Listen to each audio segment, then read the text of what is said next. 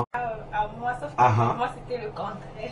Parce que moi je n'avais pas fait la volonté de Dieu. Moi j'ai fini l'école comme ingénieur. Oui. Mais je ne trouvais pas le travail. J'ai fait 2 ans. J'étais obligée de faire des petits boulots, des choses comme ça.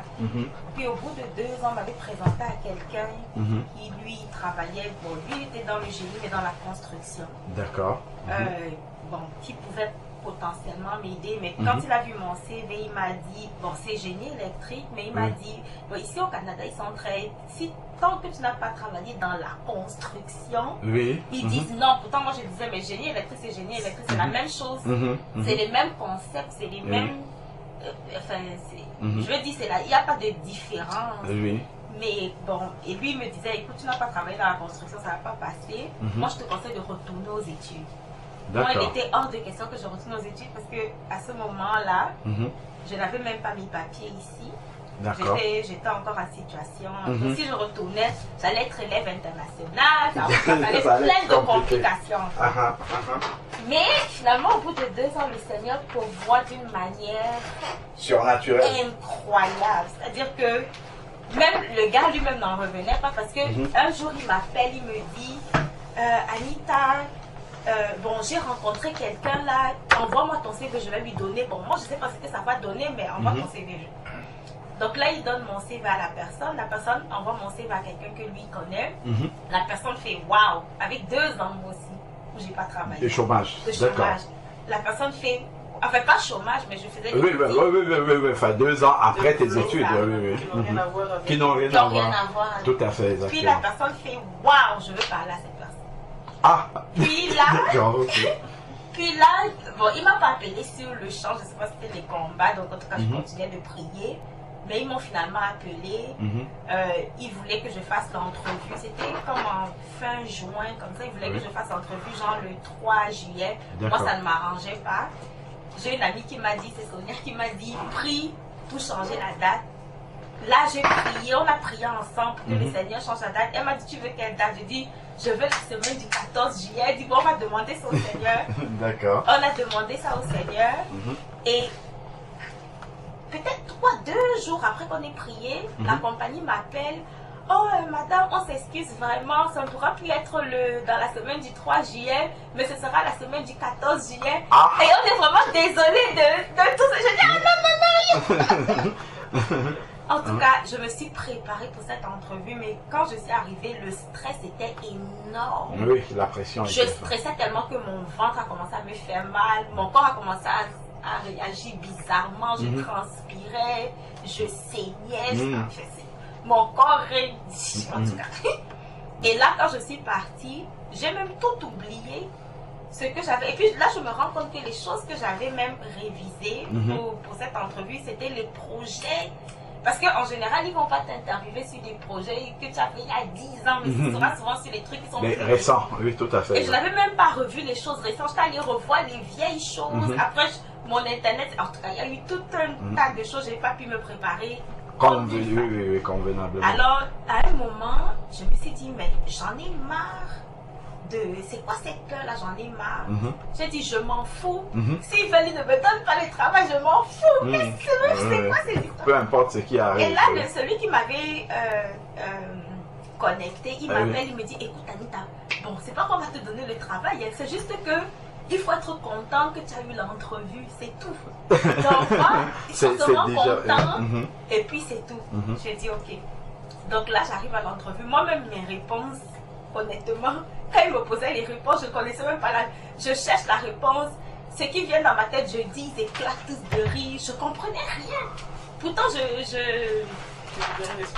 disais rien de spécial. Genre, je crois qu'on m'a demandé une question comme comment est-ce que vous pouvez faire face au défi, un truc comme ça là. Moi, j'ai dit,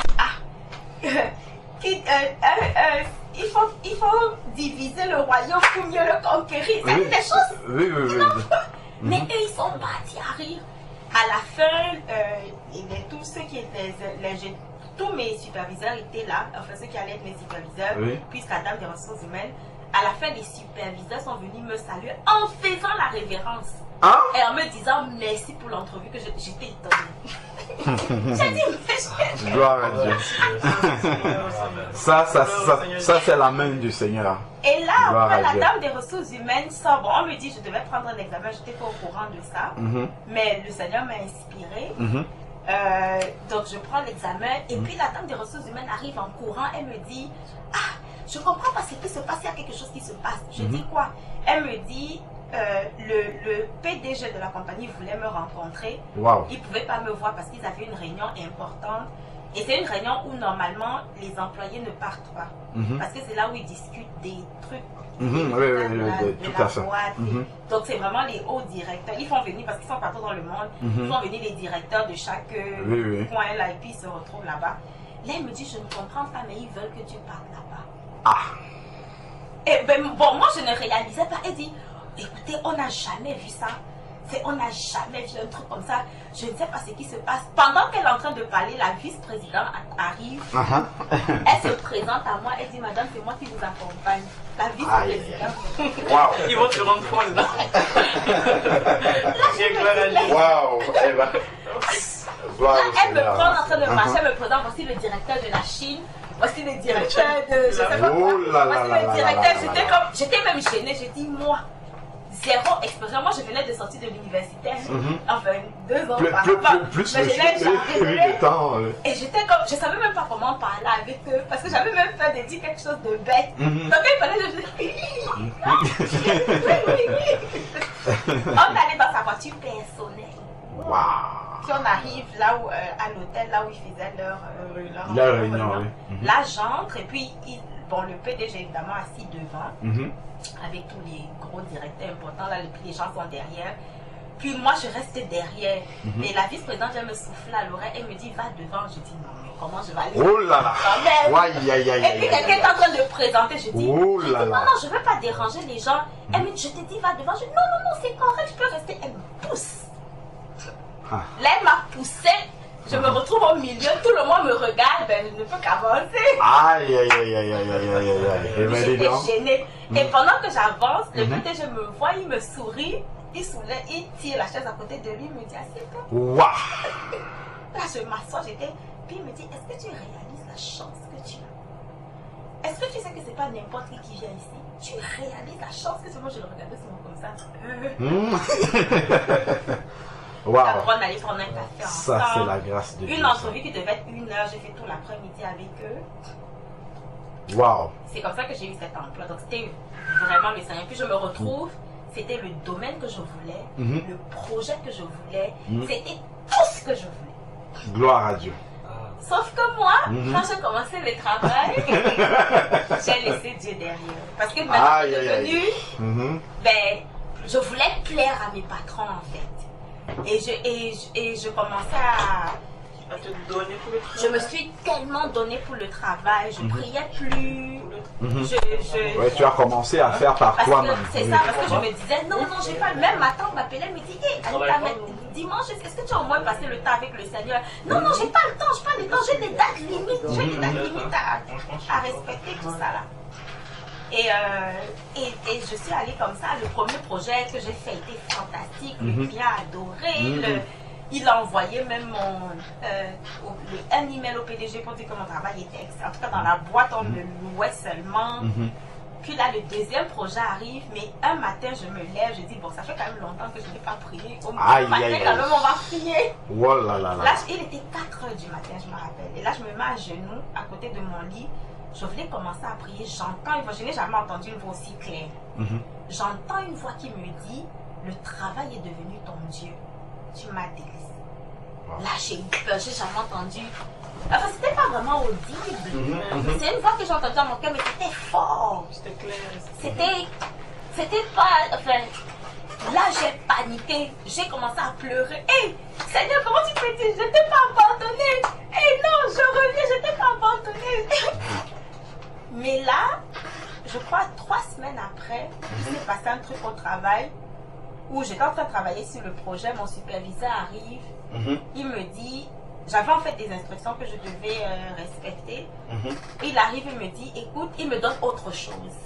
Et là, je lui dis, mais je ne peux pas faire ça parce que tu sais que je suis en train de travailler sur un enfin, sur un projet, on est même déjà en retard. Le grand patron attend que je lui donne des résultats. Si je fais ce que tu me dis de faire, ça va prendre plus de temps. Il me dit, je te dis, fais-le. Bon, comme tu es quand même le superviseur, on va faire ce que tu dis. Je fais ce qu'il dit. En plus, cette semaine a été terrible parce que je suis tombée malade.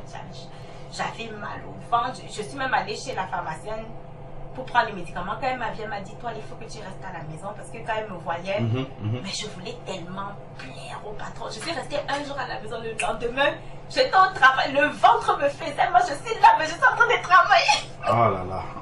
La semaine d'après, à la réunion où on fait les progrès, enfin, on discute du progrès et tout, j'arrive, je dis, bon, voilà ce que j'ai fait pendant la semaine et tout. Et là, mon superviseur me regarde et me dit, je t'ai jamais demandé de faire ça. Et là, je lui dis, le superviseur? Oui. Celui qui t'avait... Celui qui est venu. Mais j'ai dit, mais tu es venu à mon bureau. Tu m'as dit, moi, je t'ai même dit que ça ne vaut pas la peine de faire ça parce que déjà, moi, je savais que ça ne va nous mener nulle part. Nulle part. Ça allait prendre du temps. Il dit, non, moi, je t'ai jamais demandé de faire ça. Je ne pouvais pas te demander de faire ça. Wow. Là, c'était terminé parce que c'est devenu sa parole contre la parole. J'avais aucune preuve. Et sur ça, il m'a envoyé. J'ai perdu mon emploi. L'emploi que le Seigneur m'avait donné, même le gars qui m'avait connecté, il est catholique. Quand je lui ai dit que j'ai eu le travail, et je lui ai raconté, il m'a dit, Dieu est vivant. Aujourd'hui même, je pars à l'église. Donc les gens étaient, vraiment, c'était Dieu qui m'avait donné, mais 6 mois après, j'ai perdu ce travail. 6 mois seulement. Et là, je suis restée, je me suis dit, waouh. Et depuis, ça va bientôt faire 2 ans, je n'ai pas trouvé un autre.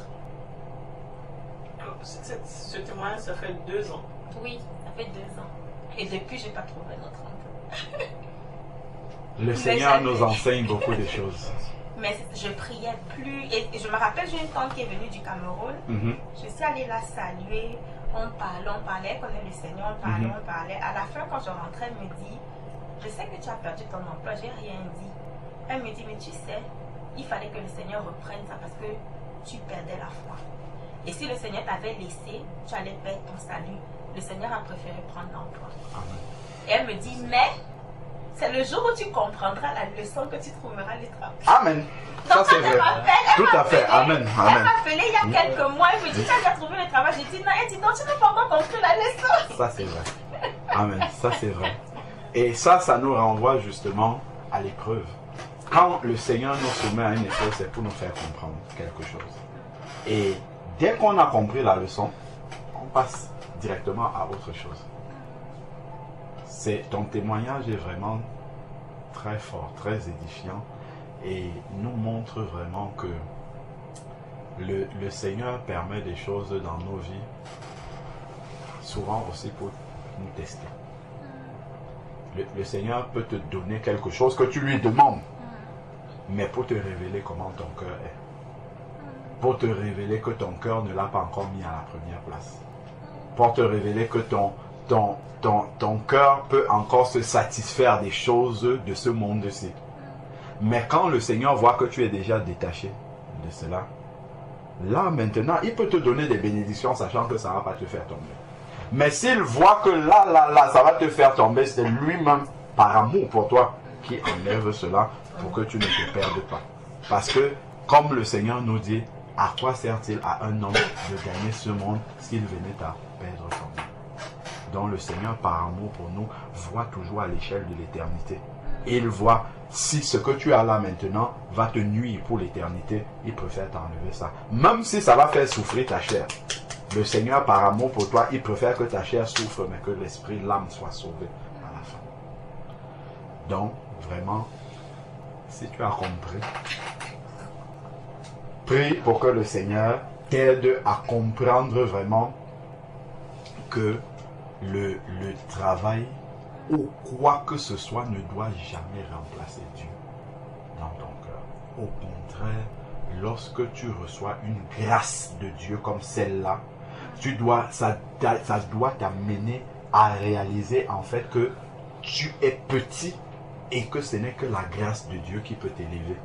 Donc tu dois t'appuyer davantage sur le Seigneur et non sur tes propres moyens, et non sur tes propres forces, et non sur tes propres efforts. C'est vrai que dans le travail, le Seigneur nous dit dans sa parole d'Éphésiens chapitre 6, je crois, et Colossiens 3, de travailler comme pour nos patrons comme pour lui. Mais cela ne signifie pas que nous devons commencer à chercher la faveur des hommes. C'est-à-dire que tu travailles bien dans ton travail, pas pour être apprécié de tes supérieurs, mais tu fais ce que le Seigneur te demande de faire pour être une lumière.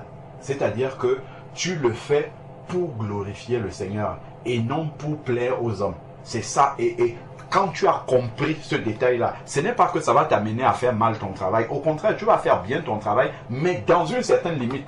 C'est-à-dire que ce travail-là, tu ne vas pas passer les bornes où maintenant, voilà, on travaille pour la carrière professionnelle, pour l'ascension professionnelle. Non, tu ne seras pas là dans cette démarche-là, mais tu seras là simplement pour rendre témoignage au Seigneur. Pour que quand on voit ta manière de travailler, que l'on sente quelqu'un de consciencieux, ainsi de suite. Et à l'occasion, si on te pose la question, ben c'est le Seigneur qui me permet de travailler comme ça. Ça te permet de rendre témoignage. Parce que même ton travail est une adoration pour le Seigneur si tu le fais comme pour le Seigneur. Non pas pour plaire aux hommes, mais pour rendre gloire au Seigneur au travers de ton travail.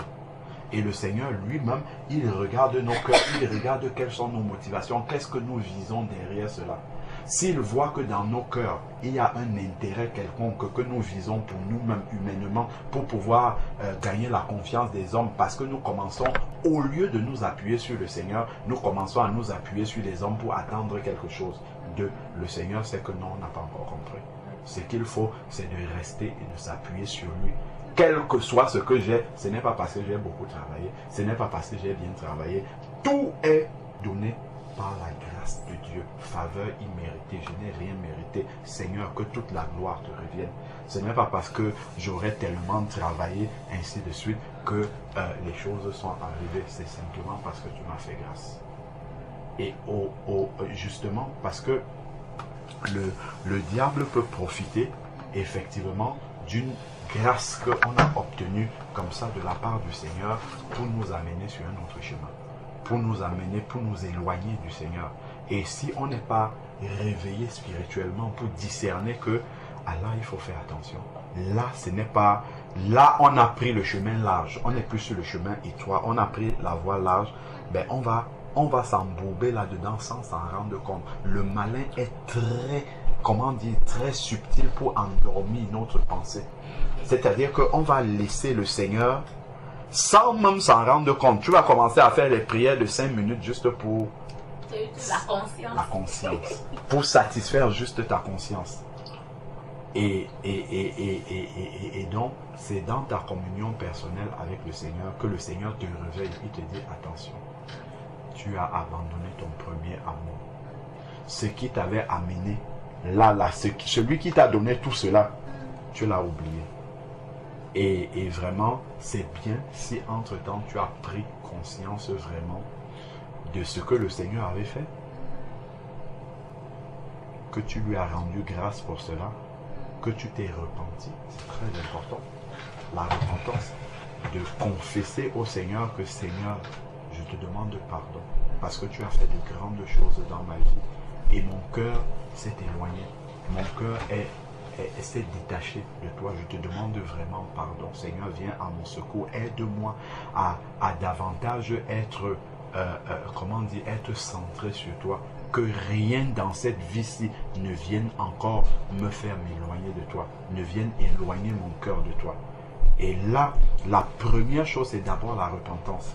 Quand tu seras passé vraiment par la repentance, la Bible nous donne la définition de la repentance dans Proverbe 28, verset 13. Il est dit, celui qui cache ses transgressions ne prospère pas, mais celui qui les confesse et qui les délaisse. C'est-à-dire demander pardon à Dieu et prendre l'engagement de ne plus le faire. En s'appuyant sur lui pour qu'il te donne la force de ne plus le faire, le Seigneur va le faire. Déjà, la repentance montrera au Seigneur que tu as pris conscience que tu n'as pas bien agi. Qu'il y a quelque chose qui t'a manqué. Ensuite, après la repentance, la prière maintenant pour demander le discernement au Seigneur pour qu'une telle situation ne t'arrive plus. Que si jamais le Seigneur permette une grâce dans ta vie encore, que cette grâce-là te rapproche plutôt de Dieu, te fait réaliser plutôt la présence de Dieu dans ta vie au quotidien et te remplisse de reconnaissance pour le Seigneur. Que ce témoignage-là, au lieu que tu ailles t'enliser dans le travail comme ça, te donne plutôt de témoigner ça aux gens pour que ça attire les âmes au Seigneur. Parce que quand le Seigneur fait une telle chose dans la vie de quelqu'un, c'est pour qu'il témoigne, pour amener les âmes, en fait. Pour que ça montre aux âmes que Dieu est puissant, qu'il peut intervenir quel que soit le domaine, que ce soit le travail, que ce soit les papiers, que ce soit la santé, que dans beaucoup de domaines, que Dieu est puissant pour toucher n'importe lequel des domaines de notre vie, dont le plus important n'est pas ce que Dieu donne, mais c'est de chercher celui qui donne. Une fois que tu as celui qui donne avec toi, tu marcheras et il donne en son temps quand il veut. Ce n'est plus ça le plus important. Donc c'est ce à quoi Dieu veut vraiment t'amener. Dans ces étapes-là, retiens-les bien, c'est de commencer par la repentance. C'est la première chose, la repentance par rapport à ça. Confesser vraiment au Seigneur que tu es conscient de ce qu'il a fait pour toi, les grandes choses, que tu es reconnaissante vraiment de ça. Lui demander pardon d'avoir agi de cette façon-là en l'oubliant et ensuite lui demander la force et le discernement pour ne plus tomber dans voilà. Et ça, après avoir fait ce travail-là, le Seigneur va te restaurer complètement. Il va te restaurer sachant que tu as compris les choses en profondeur et il va t'amener dans une nouvelle école maintenant. Parce que le Seigneur ne vient pas pour nous détruire. Ces projets dans nos vies, ce n'est pas pour nous détruire, mais c'est pour nous construire. C'est pour nous construire. Donc même une épreuve, par exemple ton chômage que le Seigneur a permis jusqu'à présent, ce n'est pas parce que Dieu est en train de te punir de ce que tu avais fait. Ce n'est pas ça. Ce n'est pas comme ça que Dieu est. Il n'est pas en train de te punir. Il est en train de te donner une leçon pour que tu comprennes. En fait, c'est ça. Tu vois, Dieu, sinon, en fait, on va prendre Dieu pour un papa méchant, fouettard. Dès que son enfant a échoué, il est tout de suite avec le... Tu vois. Mais c'est ce que ma tante aussi me disait. Parce que on connaît d'autres personnes qui ne sont pas.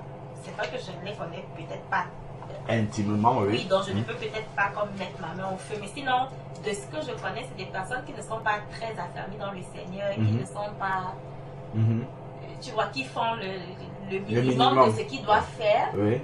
Mais qui ne sont pas autant frappés, je veux dire. Ah, ça c'est un bon sujet, ça. C'est un bon sujet, pourquoi? Parce que la parole de Dieu nous dit que, c'est dans 1 Corinthiens chapitre 10, verset 13, il ne nous est survenu aucune tentation qui ne soit humaine. Ça veut dire quoi? Ça veut dire que lorsque le Seigneur permet une épreuve dans ta vie, c'est parce que tu peux supporter. Tu vois donc, les personnes dont tu parles là ne sont pas encore à un niveau de foi qui leur permet de supporter certaines épreuves. Donc Dieu si Dieu leur amène ton épreuve là, ils vont abandonner la foi. Parce que leurs épaules spirituelles ne sont pas capables de porter ça. Donc Dieu dose l'épreuve en fonction de ce qu'on est capable de supporter. Tu vois? Donc ces personnes... Voilà. Donc, mais... Si ça t'arrive, c'est parce que tu es capable. Lisons le verset. Parce que Dieu ne se trompe pas. Il ne va pas prendre l'épreuve de la sœur Gina pour te donner, prendre ton épreuve pour donner à Francine. Non, il donne à chacun en fonction de ce qu'on est capable de supporter. Hein? Et puis en fonction de là où il veut nous amener. Parce que Dieu a une direction pour chacun d'entre nous. Toi, tu as fait les études d'électricité, moi d'informatique, l'autre a fait... Donc, en fonction de la filière où on a pris, on prend une direction différente. Donc, Dieu donne des épreuves en fonction de là où il lui t'amène. Tu vois, s'il permet une épreuve dans ta vie, c'est que déjà, d'après 1 Corinthiens 13, 10, commençons par là, 1 Corinthiens 10, 13. 1 Corinthiens chapitre 10, verset 13. 1 Corinthiens 10. Ok, c'est juste... Ah, c'est parti. Ouais. Voilà, c'est ça. 1 Corinthiens ici. Okay. Je suis dans Corinthiens, c'est ça. 1 Corinthiens 10 et 13. C'est qu'on repartit quelque chose. C'est reparti. Ok, ça marche. Dans 1 Corinthiens chapitre 10, verset 13.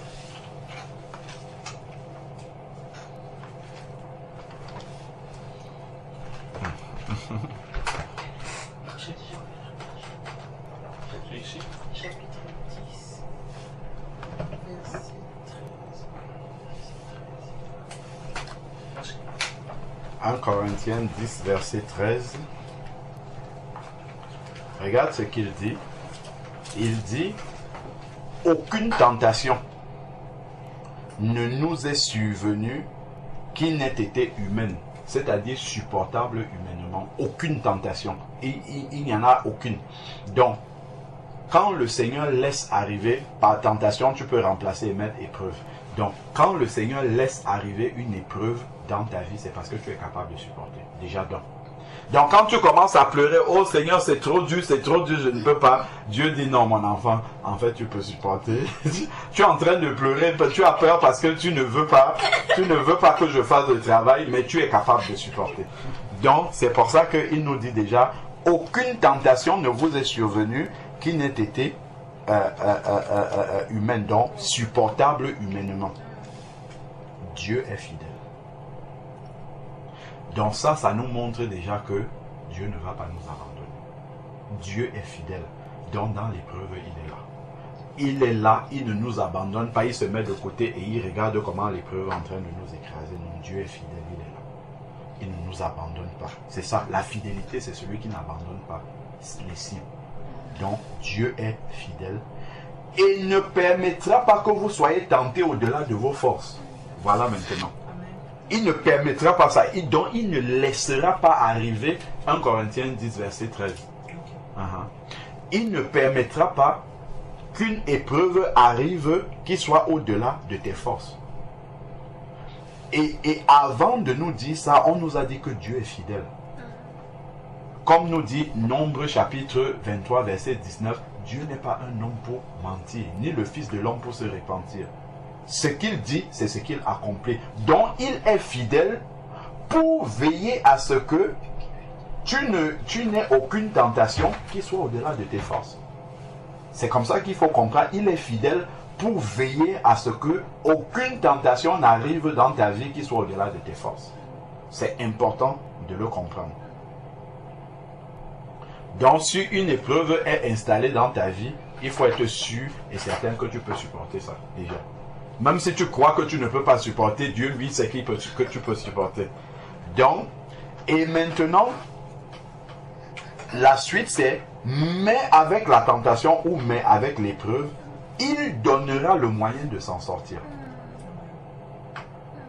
C'est Dieu, parce qu'il est fidèle, qui donnera le moyen de s'en sortir. Donc, quand tu vois une épreuve arriver, tu peux commencer à te poser les questions. Oula, je ne vois pas le bout du tunnel. Je ne vois pas comment ça peut se terminer. Les années sont en train de passer. Ceci est en train de passer. Ainsi de suite. Mais Dieu, lui, sait comment ça va se terminer. Donc, quand une épreuve arrive, ce n'est pas la taille de la difficulté. Ce n'est pas la taille de la montagne qui est devant toi qui impressionne le Seigneur.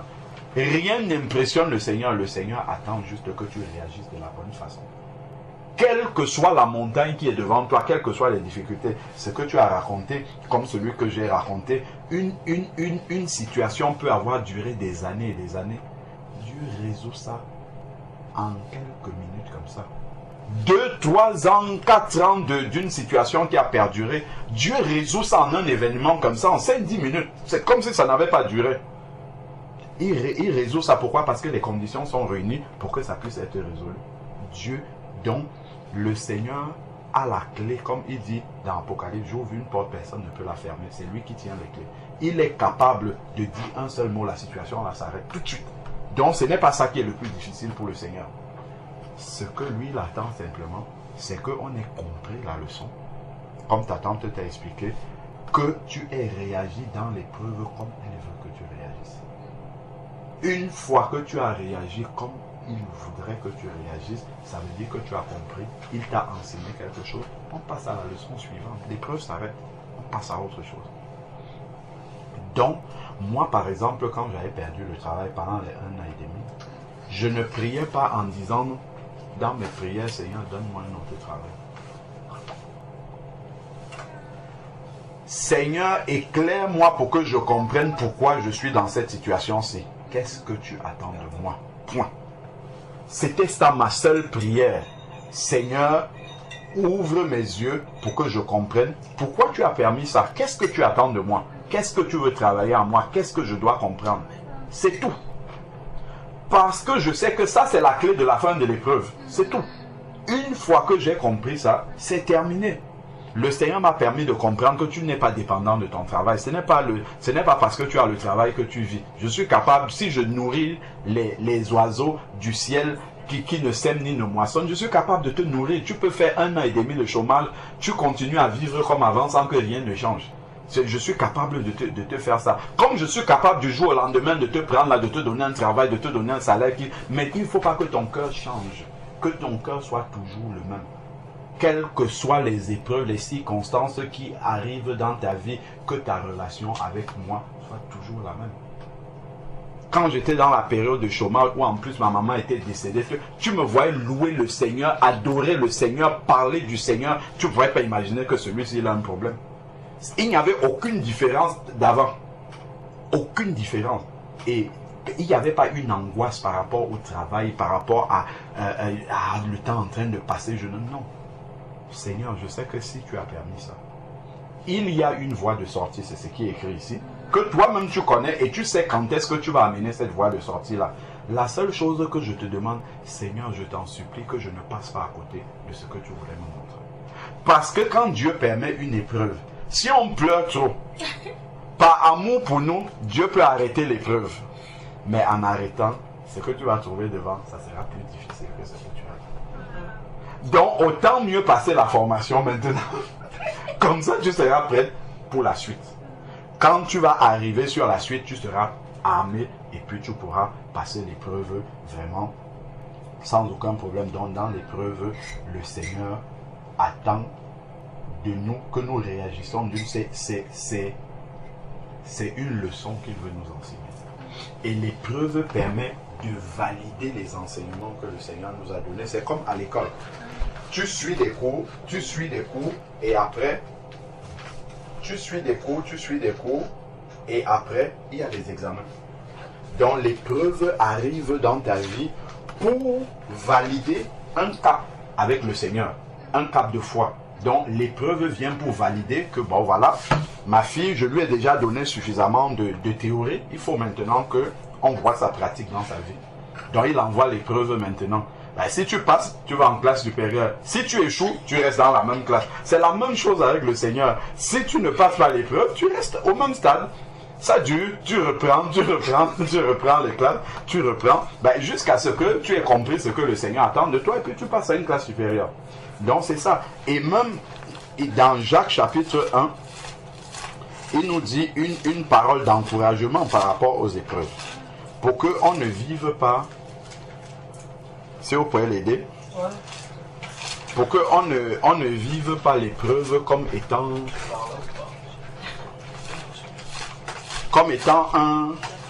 Jacques c'est après Hébreu. Hébreu c'est vers la fin là-bas. Jacques chapitre 1.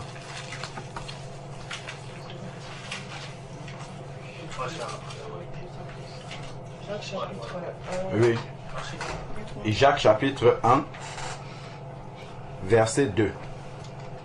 Il parle des épreuves et des tentations. Jacques chapitre 1, verset 2, il dit, mes frères, considérez comme un sujet de joie complète diverses épreuves. On doit être dans la joie quand on a les épreuves. Amen. Sauf que ce n'est pas une joie charnelle. Ce n'est pas la chair la chair a horreur et a peur des épreuves. Mais c'est l'esprit qui se réjouit. Pourquoi? Parce que l'épreuve vient pour faire un travail spirituel dans ta vie. L'épreuve vient pour te faire passer un cap dans la foi avec le Seigneur. Et c'est ça qui te réjouit. Parce que tu sais qu'au travers de l'épreuve, tu vas grandir spirituellement. C'est ça qui t'encourage. Donc même si dans la chair, il y a la difficulté qui est là, mais ton esprit, ta foi se réjouit parce que tu sais qu'après cette épreuve-là, tu vas passer à un autre niveau avec le Seigneur. Donc il dit comme un sujet de joie complète les diverses épreuves que vous pouvez rencontrer. Voilà maintenant ce qui est un sujet d'encouragement, sachant que la mise à l'épreuve de votre foi produit la patience.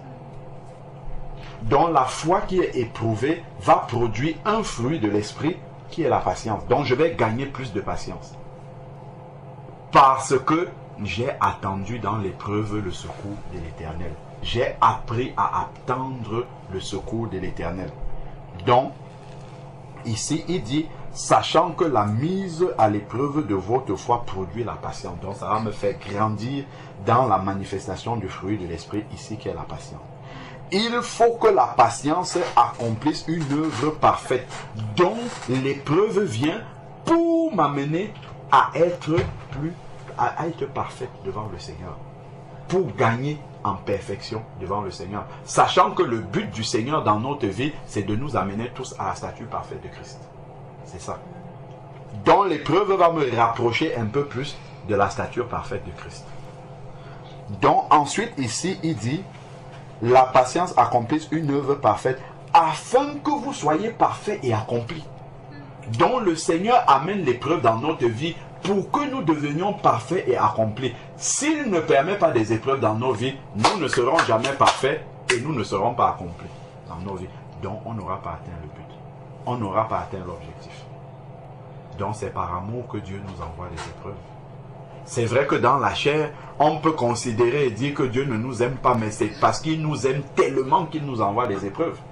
La Bible nous dit que Dieu a tant aimé le monde qu'il a envoyé son Fils unique. Dieu aimait tellement son Fils unique, Jésus-Christ, qu'il a envoyé sur la terre. Regardez quelle a été la souffrance de Jésus-Christ. Quelles ont été les épreuves de Jésus-Christ alors que Dieu l'aimait tellement. Donc, ces épreuves-là sont un signe de l'amour de Dieu pour nous. Pas la souffrance qui arrive, ce n'est pas là qu'on voit l'amour, mais c'est le but. Le but de l'épreuve. C'est ça qui montre l'amour de Dieu pour nous. C'est que Dieu veut nous amener à un stade plus excellent dans notre relation avec lui. Il veut nous rapprocher davantage de lui au travers de l'épreuve. Il veut nous faire gagner ce qui est le plus précieux, ce qui est le plus important. Que notre chair ne reste pas simplement attachée à ce qu'on voit, ce qui est là immédiat, qui fait un bonheur qui ne dure pas, un bonheur éphémère.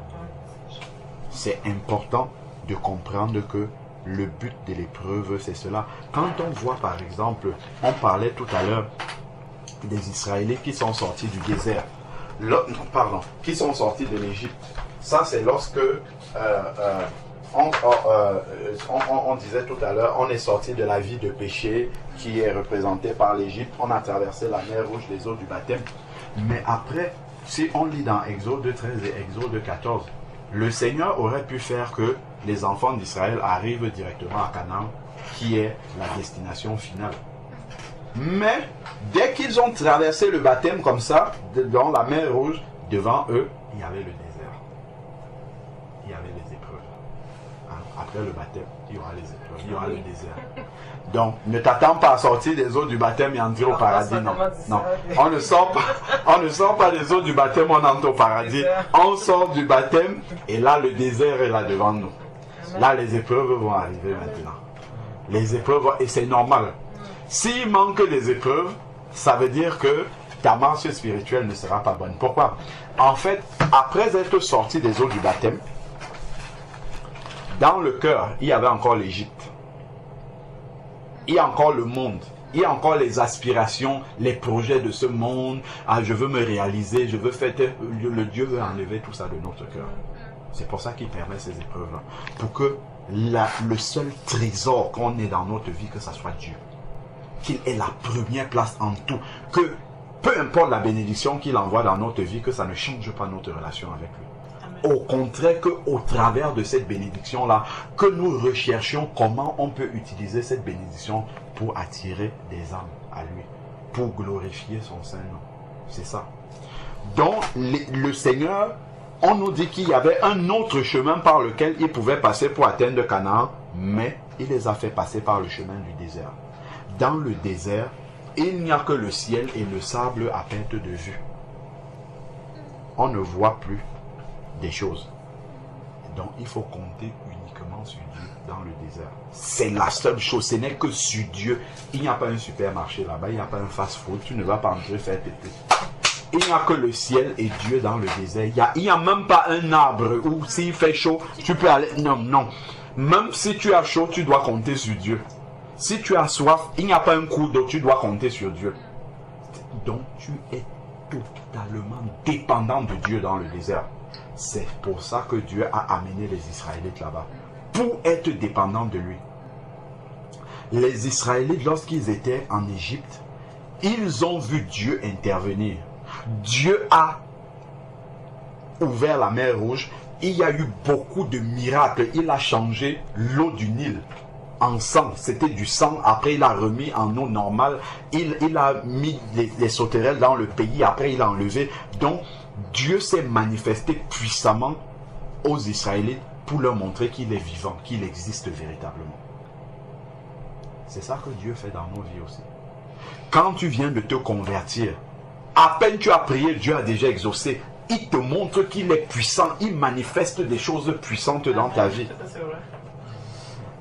Mais au fur et à mesure que tu avances avec le Seigneur, il t'amène dans une classe supérieure. Tu commences à prier, tu ne vois pas l'exaucement arriver. C'est là où la foi commence.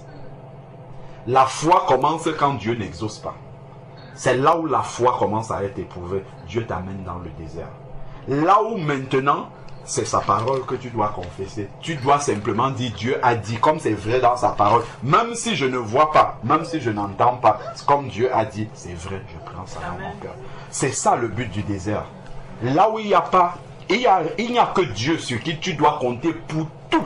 Il n'y a pas une seule chose sur laquelle tu ne peux pas compter. Tu es obligé de compter sur Dieu. Donc dans le désert, c'est pour que nous apprenions à prendre la parole de Dieu comme le seul instrument sur lequel nous nous appuyons pour baser notre foi. Dieu a dit, je vous nourrirai tous les jours. Si je nourris les oiseaux du ciel qui ne sèment ni ne moissonnent, à plus forte raison vous que j'ai créé. Comme Dieu a dit ça, même si mon frigo est vide, je sais qu'aujourd'hui je vais manger parce que c'est Dieu qui a dit. Même si je ne vois pas, même si je n'entends pas, même si je n'ai pas l'idée de comment l'épreuve dans laquelle je suis va se terminer, je sais que Dieu lui connaît la suite du chemin. C'est ce qu'on partageait vendredi là-dessus. Le Seigneur est le bon berger. Le berger a des brebis comme ça dans son troupeau. Est-ce que les brebis qui sont là savent où elles sont en train d'aller? Non! Elles ne savent pas quelle est l'issue. Mais elles font confiance au berger qui est là, qui les conduit. Le Seigneur, l'Éternel est mon berger, je ne manquerai de rien. Si le Seigneur est en train de me conduire, je lui fais confiance quant à la destination de là où nous sommes en train d'aller. Je ne commence pas à me lamenter, à m'inquiéter de là où nous sommes en train d'aller. Pourquoi? Parce que je sais que c'est le bon berger qui est en train de me conduire dans la destination où nous sommes en train d'aller. Lui, il la connaît et il sait qu'elle est la bonne. Je dois lui faire confiance. Donc, la seule chose que je dois chercher, rechercher, c'est de rester dans le rang des brebis. D'être toujours sous la protection du bon berger, c'est-à-dire de demeurer dans l'obéissance au Seigneur. C'est tout ce que j'ai à rechercher. La suite, c'est lui qui connaît là où nous sommes en train d'aller. Si je suis parmi les brebis, il me conduit. Et je vais arriver jusqu'au bout. Donc, le Seigneur a conduit les Israélites comme ça dans le désert pour qu'ils apprennent à obéir uniquement par la parole de Dieu. Dieu a dit, donc c'est la vérité. Le Seigneur nous amène aussi dans ce type de circonstances. Tu vas prier, tu vas jeûner, tu vas demander des choses au Seigneur, ça n'arrive pas. Ce n'est pas parce que Dieu n'a pas entendu.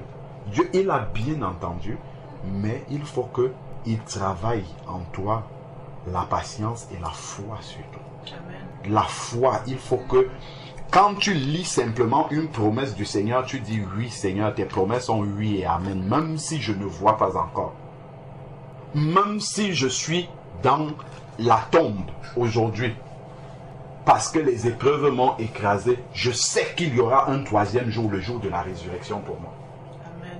La fin de l'épreuve va arriver un jour, parce que toi Seigneur, tu sais à quel moment mon troisième jour doit arriver. Il y aura un troisième jour. Le plus important, c'est de demeurer dans l'obéissance, dans ma connexion avec le Seigneur, de faire ce que Dieu attend de moi. Le reste, tu le fais.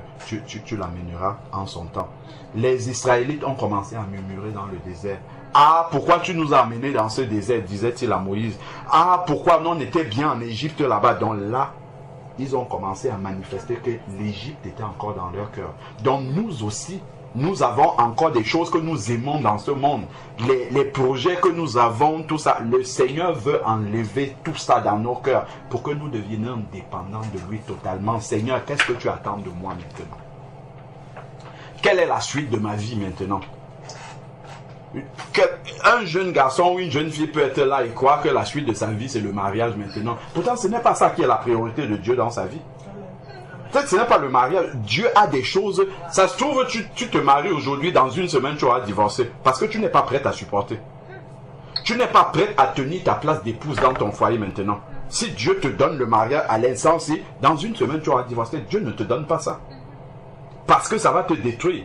Dieu peut te donner maintenant, il te donne un conjoint maintenant, les palabres, tu n'as plus le temps de prier, ou tu n'as même plus les dispositions de cœur pour prier. Dieu ne va pas amener ça dans ta vie maintenant. Donc Dieu fait chaque chose bonne en son temps. Le calendrier de Dieu est le meilleur, il faut l'attendre. C'est là où les Israélites ont commencé à murmurer. Donc, tous nos projets personnels, toutes nos ambitions, la manière dont on se voit, on se projette dans la vie, Dieu veut que nous ramenions ça à ses pieds et que nous laissions que lui-même il donne une direction. Tant qu'on n'a pas encore compris ça, Dieu va nous éprouver. Il va travailler nos vies bien, nous travailler pour nous briser complètement, pour que nous devenions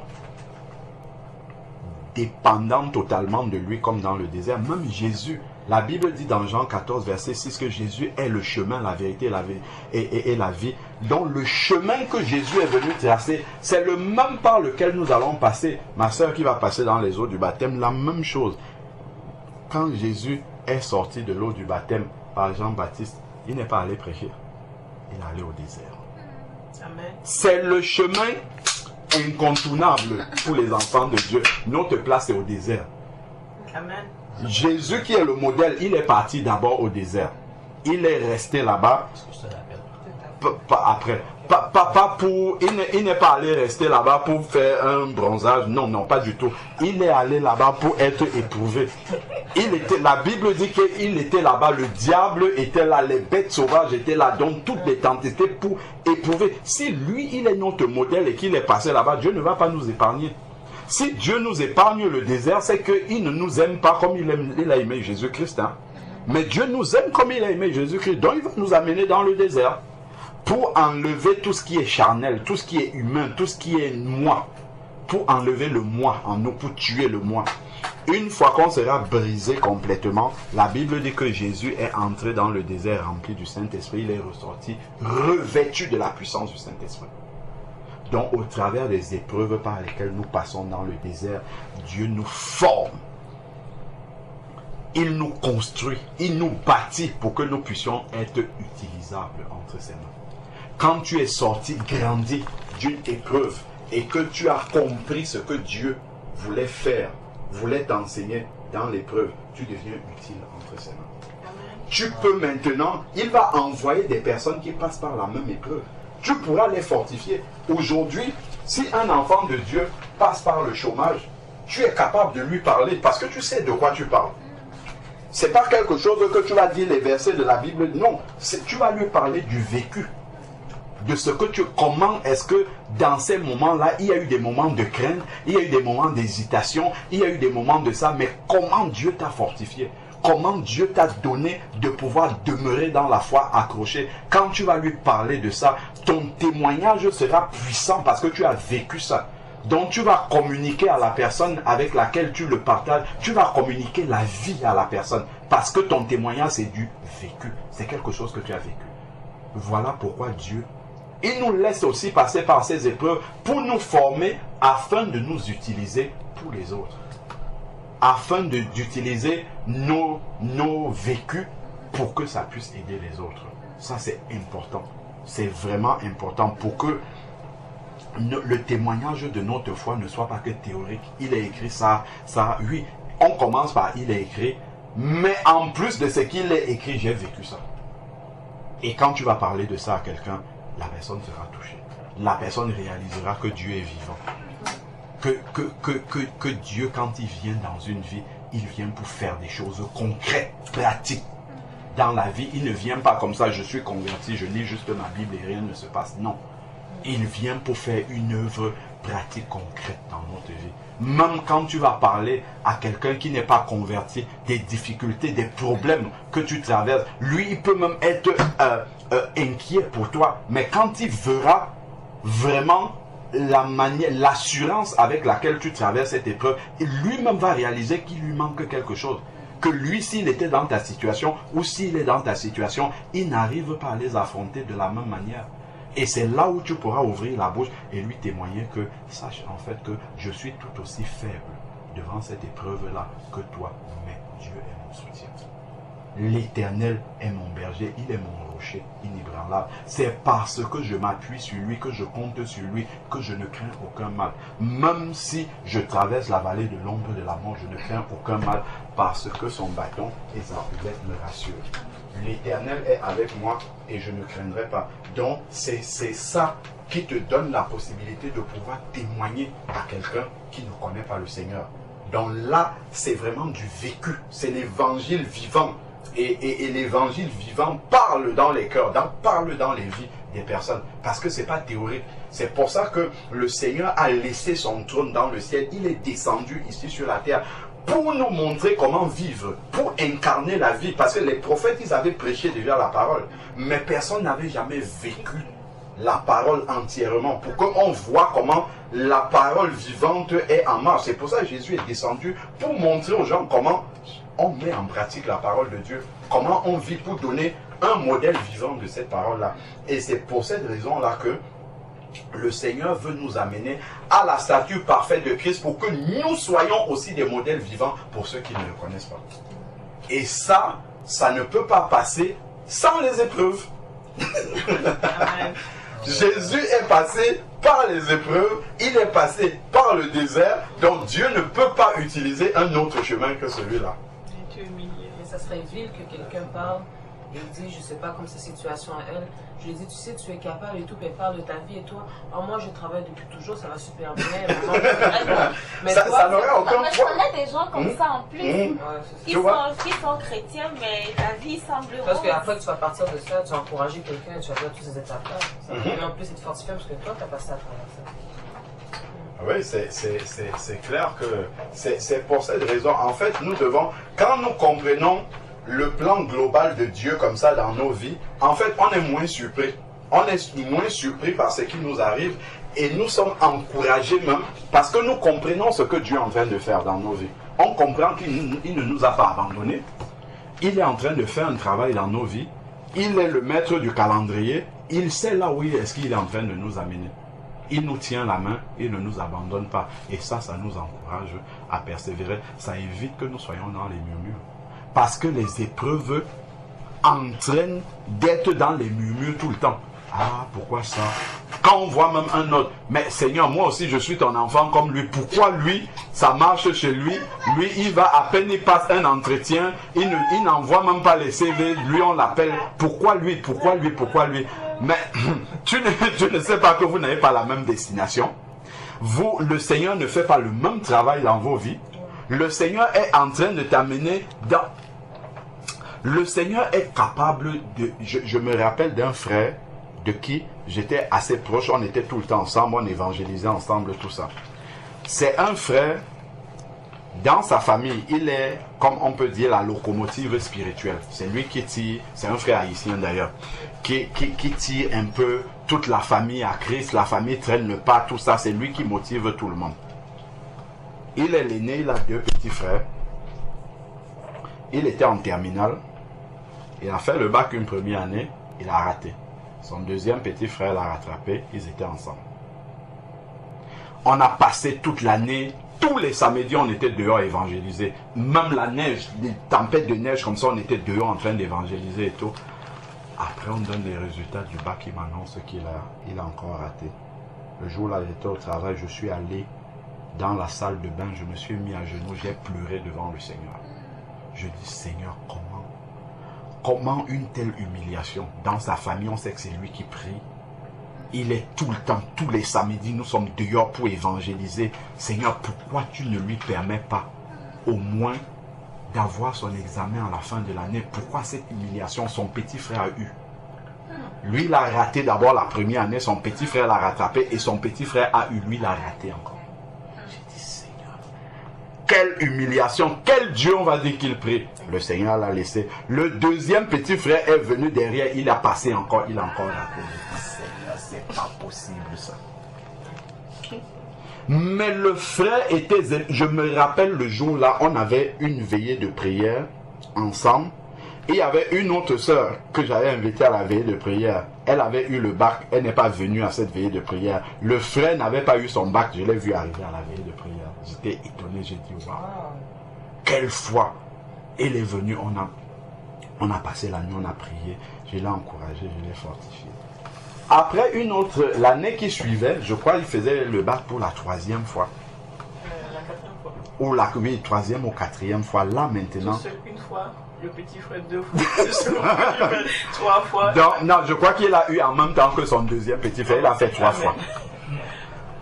Donc, il va maintenant au baccalauréat avec son 3e petit frère. Et là, il va avoir son baccalauréat. J'ai dit gloire au Seigneur. Merci Seigneur. Quand le frère a son baccalauréat comme ça, il va dans un service d'orientation là. Et on lui dit, oui, il y a une nouvelle filière qui vient d'être ouverte. Là, c'est les énergies renouvelables et tout ça. Okay. Et c'est en partenariat avec le conseil général et tout ça. Il est parti passer l'entrevue devant 3 personnes. Tout de suite, on l'a pris. C'est le conseil général. Il devient salarié du conseil général et il va à l'université en même temps. Donc, il est passé de son bac comme ça, pap, il est devenu salarié. Ses frères qui l'ont dépassé sont encore étudiants, dépendent de maman. Lui, c'est terminé. Il est déjà payé par le gouvernement. Donc, en 2-3 ans comme ça, il a fini sa licence. Il avait déjà du travail. Donc, il a continué à travailler. Ils lui ont même demandé, introduit le dossier de naturalisation. On lui a donné la nationalité et tout. Donc, en 2-3 ans comme ça, le Seigneur a rattrapé toutes les années qu'il est passé au-dessus de tous ses frères. Il s'est marié le premier par rapport aux autres et tout. C'est vraiment pour dire que le Seigneur, c'est pas une question de temps. C'est pas une question d'horloge. Le Seigneur est capable de prendre une situation où on va dire celui-ci c'est un vaurien. On ne voit rien dans sa vie. C'est même quel Dieu que tu pries. Mais quand Dieu se lève dans ta vie, mais les gens sont étonnés de ce que Dieu va faire. Ta situation va partir comme ça. Tout ce que les gens prennent du temps, on sait que ça, pour passer de telle étape à telle étape, c'est 3 ans. L'autre de ça, c'est 4 ans, ainsi de suite. Mais le Seigneur est capable de balayer ça comme ça en une fraction de seconde. De te faire passer comme ça dessus sans aucun problème. Il avait sûrement des choses à travailler aussi avant. Bien sûr. Avant, il aurait peut-être... Bien sûr. Toujours, Dieu ne fait rien pour rien. Si Dieu n'amène pas quelque chose à un moment donné dans ta vie, que normalement il veut donner à ses enfants, c'est parce que tu n'es pas prêt. Parce que la bénédiction peut te détruire. La bénédiction peut t'éloigner de Dieu et ce n'est pas le but du Seigneur. Le Seigneur, il veut que nous soyons, comment dire, il ne vient pas pour nous punir, mais son objectif c'est que nous soyons toujours près de lui. Que nos cœurs ne soient pas éloignés de lui, que nos cœurs ne soient pas, comment dire, absorbés par les choses de ce monde. Que les choses de ce monde ne viennent pas pour nous absorber. Donc, ça, c'est important de réaliser cela et de faire confiance au Seigneur que quelle que soit la taille de la montagne qui est là, ce n'est pas la taille de la montagne qui fait quelque chose. Dieu est capable en un instant de balayer la montagne qui est là. Il restaure la situation comme ça. Toi-même, tu restes et dis, waouh, tout ce temps passé là, donc il ne fallait que ça. Non, c'est parce que l'heure du Seigneur n'était pas encore arrivée. Mais dès que l'heure du Seigneur arrive, quelle que soit la barrière qui est là, le Seigneur balaye ça rapidement comme ça. Et puis il amène la solution. Donc, nous avons lu ici dans Jacques que le Seigneur vient pour nous rendre parfaits afin qu'il ne nous manque rien. Que nous ayons tout, que nous soyons accomplis. Donc, la prière dans l'épreuve, nous devons déjà réaliser que c'est par amour que Dieu permet les épreuves dans nos vies. Et les épreuves viennent pour travailler quelque chose dans notre vie. Le désert a un rôle indispensable dans notre vie. le désert est incontournable dans la vie d'un enfant de Dieu. Il faut que nous passions par le désert. C'est indispensable. Parce qu'un chrétien qui n'est pas passé dans le désert n'est pas utilisable par le Seigneur. Il est inutilisable entre les mains du Seigneur. Le Seigneur Jésus lui-même a dû passer d'abord par le désert pour apprendre l'obéissance et avoir la foi. Il nous montre que c'est dans le désert qu'on acquiert la foi. Et c'est dans le désert que tous les désirs charnels de notre cœur sont crucifiés. C'est dans le désert que tout ça s'est tué. C'est dans le désert qu'on apprend la dépendance au Seigneur. C'est dans le désert qu'on apprend à dépendre complètement du Seigneur. C'est important de savoir que on ne peut pas s'affranchir du désert si on veut être un véritable disciple du Seigneur. Quand il dit « Je suis le chemin, la vérité et la vie », dans ce chemin-là, il y a le passage par le désert. Et il y a un temps important dans le désert. De temps en temps, il te fait sortir un peu, mais après tu reviens encore. Tu sors un peu, tu reviens encore dans le désert. Parce qu'il te manque encore des choses. Tu sors un peu, tu reviens dans le désert. La formation continue. Voilà, formation continue. Dans notre centre de formation, c'est dans le désert. Donc, plus rapidement on a compris ça, mieux vraiment on pourra avancer avec le Seigneur. Donc, vraiment, ne regardons pas les épreuves comme venant pour nous écraser, mais rendons grâce à Dieu pour les épreuves qui arrivent dans nos vies, qu'il nous donne de ne pas murmurer, mais de reconnaître sa grâce dans nos vies et surtout d'être encouragé par le but qu'il vise au travers de ces épreuves-là dans nos vies. Ça va nous aider à pouvoir avancer. Vraiment. Gloire au Seigneur. Amen. Amen. Comment tu t'appelles? Kevin. Kevin. Ouais, Kevin. D'accord. Ton frère? Ouais. D'accord. Gloire à Dieu. Gloire à Dieu. Kevin, tu es déjà né de nouveau? Pardon? Tu as déjà reçu le Seigneur Jésus-Christ dans ta Oui. vie? D'accord. Donc tu t'es repenti de tes péchés. Ouais. Tu as demandé pardon au Seigneur. Tu as reçu Jésus-Christ comme ton Seigneur, comme ton Sauveur dans ta vie. D'accord. Gloire à Dieu. Et tu es passé dans les eaux du baptême? Non, pas encore. Pas encore. D'accord. Et tu attends quoi? Honnêtement, j'attends pas. Je Ouais. pas quelque chose, c'est Ouais. juste j'avais pas personne non plus. Ah, pour te conduire dans les eaux du baptême. Exactement, je voulais pas aller vers n'importe qui non plus. D'accord. Donc, D'accord. Gloire à Dieu. Gloire à Dieu. Je me suis dit, Gloire à ça Dieu. va venir, ça va venir. Je ne faut pas que j'attends puis je m'assois non plus. Là, mais Oui, tout à fait. ça va venir D'accord. D'accord. dès que je vais savoir. Ok, donc on va prendre quelques versets à partager dans la parole de Dieu par rapport justement aux différents cas de baptême qu'il y a dans la parole du Seigneur. Donc, lorsque nous regardons dans la parole de Dieu, à partir de Actes des Apôtres, on a commencé chapitre 2. Actes chapitre 2. C'est là où on nous parle des premiers baptêmes chrétiens après le baptême de Jésus.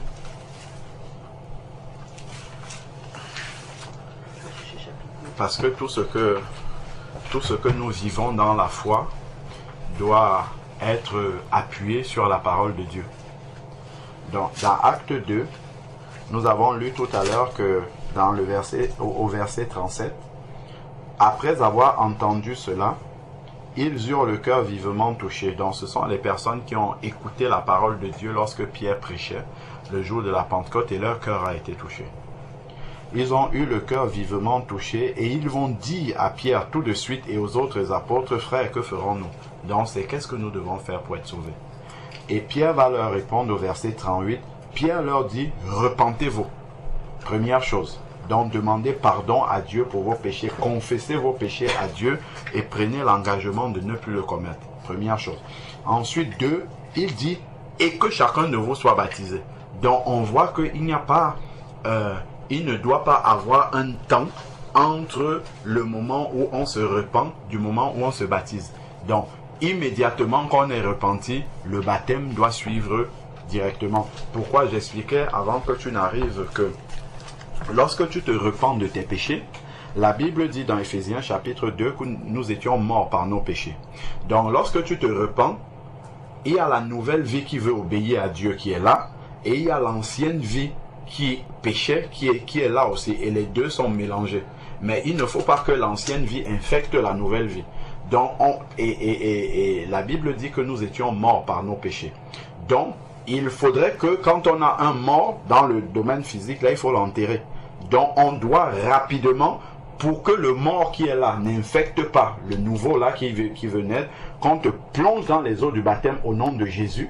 Et la puissance du nom de Jésus va laisser ta vie ancienne dans la terre, dans l'eau du baptême, et c'est la nouvelle personne qui va sortir. Et là, tu pourras pleinement vivre en nouveauté de vie. Tu vas recevoir l'Esprit de Dieu, c'est ce qui est écrit là, et vous recevrez le don du Saint-Esprit. Et c'est l'Esprit de Dieu qui te permet de vivre comme un enfant de Dieu, de vivre dans la crainte du péché, de vivre loin des convoitises de ce monde, qui va même t'enseigner la parole de Dieu. Quand tu reçois l'Esprit de Dieu et que tu lis la Bible, c'est l'Esprit de Dieu qui a inspiré cette parole, qui t'explique ce qui est écrit.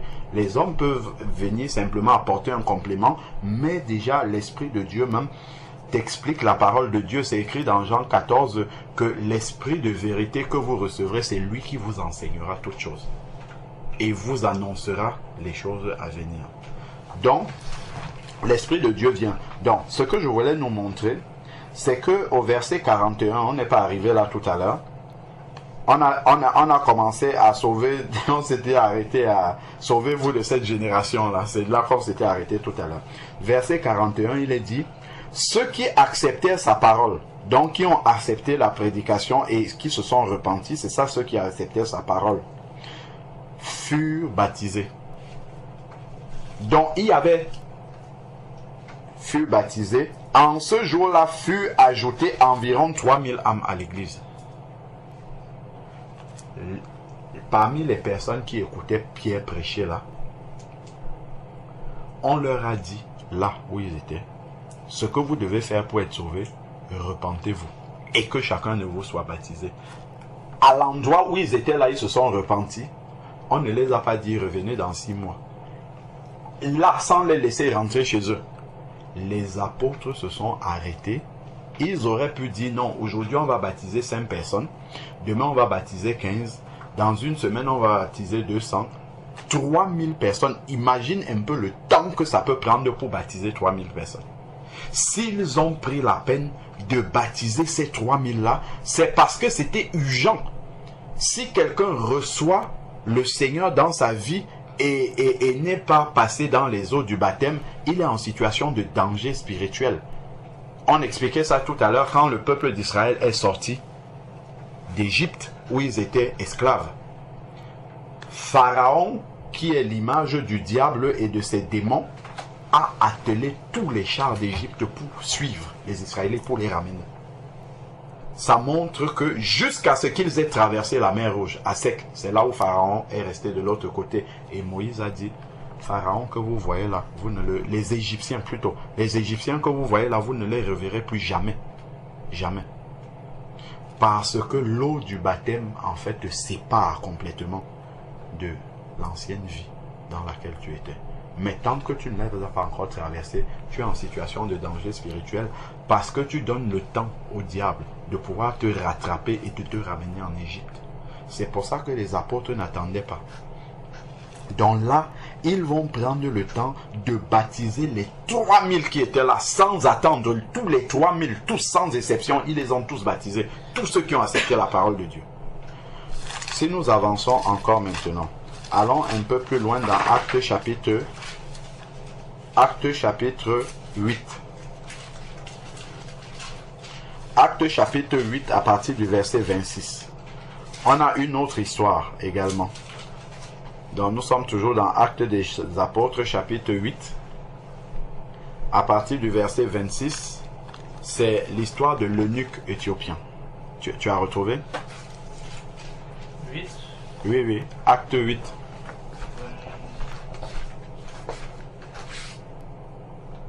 Et combien? 26. Ici. Voilà, c'est ça. Exactement. Donc, Acte chapitre 8, il est dit à partir du verset 26, un ange du Seigneur adressa la parole à Philippe, lève-toi et va du côté du midi sur le chemin qui descend de Jérusalem à Gaza, celui qui est désert, il se leva et partit, et voici un eunuque, un Éthiopien, un eunuque, haut fonctionnaire de Candace, reine d'Éthiopie et surintendant de ses trésors, était venu à Jérusalem pour adorer. Donc voilà quelqu'un qui cherchait Dieu, qui avait le cœur pour Dieu, mais n'avait pas encore reçu vraiment le Seigneur comme il fallait. Il était venu à Jérusalem pour adorer. Et il s'en retournait assis dans son char, en lisant le prophète Ésaïe, dont il s'intéressait à la parole de Dieu. Il lisait le prophète Ésaïe. L'Esprit dit à Philippe, avance et rejoins ce char. On voit que Dieu pousse Philippe à pouvoir s'approcher de cette personne-là. Philippe accourut et entendit l'Éthiopien qui lisait le prophète Ésaïe et lui dit, comprends-tu ce que tu lis? C'est ce que Philippe demande à l'eunuque éthiopien. Est-ce que tu comprends ce que tu es en train de lire? Et il répondit, comment le pourrais-je si quelqu'un ne me guide? Il invita Philippe à monter et s'asseoir avec lui. Donc voilà quelqu'un qui allait à Jérusalem pour adorer Dieu, qui lit la Bible, mais il ne la comprend pas. Et Dieu va envoyer son serviteur Philippe pour aller l'éclairer par rapport à la parole de Dieu. Parce que Dieu a vu qu'il y avait une soif dans son cœur de le connaître, Dieu a envoyé son serviteur pour aller et pour pouvoir lui apporter vraiment la parole avec exactitude. Maintenant, il est écrit, si quelqu'un et il invita Philippe à monter avec lui. Le passage de l'écriture qu'il lisait, il était écrit, il a été mené comme une brebis à l'abattoir et comme un agneau muet devant celui qu'on tond. Il n'ouvre pas la bouche. Dans son humiliation, son droit a été supprimé et sa génération qui la racontera, car sa vie est supprimée de la terre. L'eunuque prit la parole et dit à Philippe, je te prie, de qui le prophète dit-il cela? De lui-même ou de quelque autre? Alors Philippe ouvrit la bouche et commença par ce texte, lui annonça la bonne nouvelle de Jésus.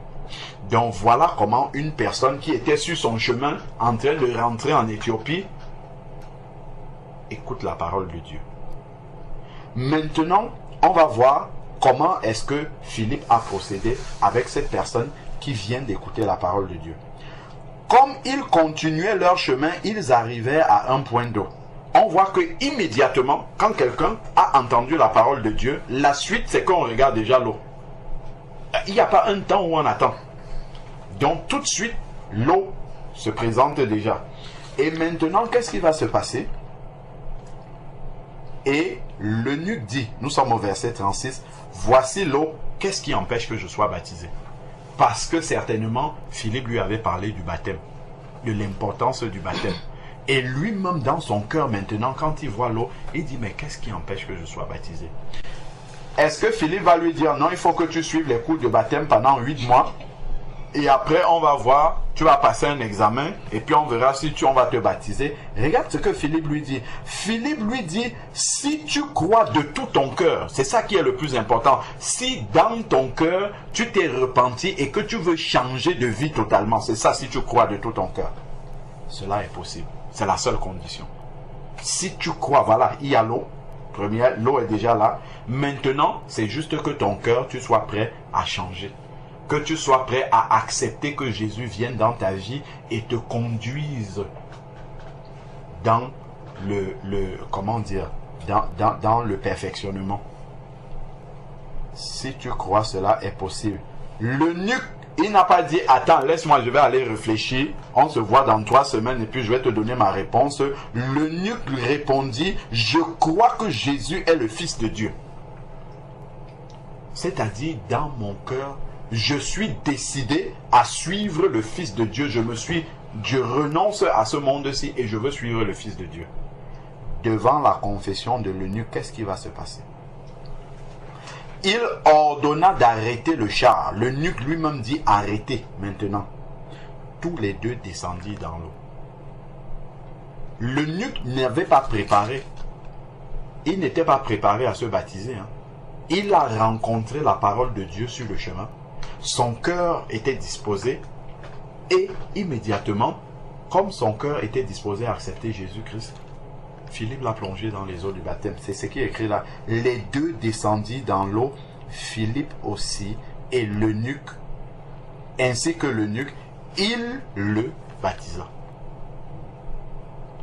Quelqu'un qui n'avait pas prévu de se baptiser, mais quand le Seigneur vient à sa rencontre par sa parole, immédiatement, le baptême a lieu. Il y a des personnes qui peuvent programmer leur baptême, comme la sœur Lindsay, et d'autres personnes à qui c'est Jésus lui-même qui programme la date de son baptême et le rencontre simplement avec la parole.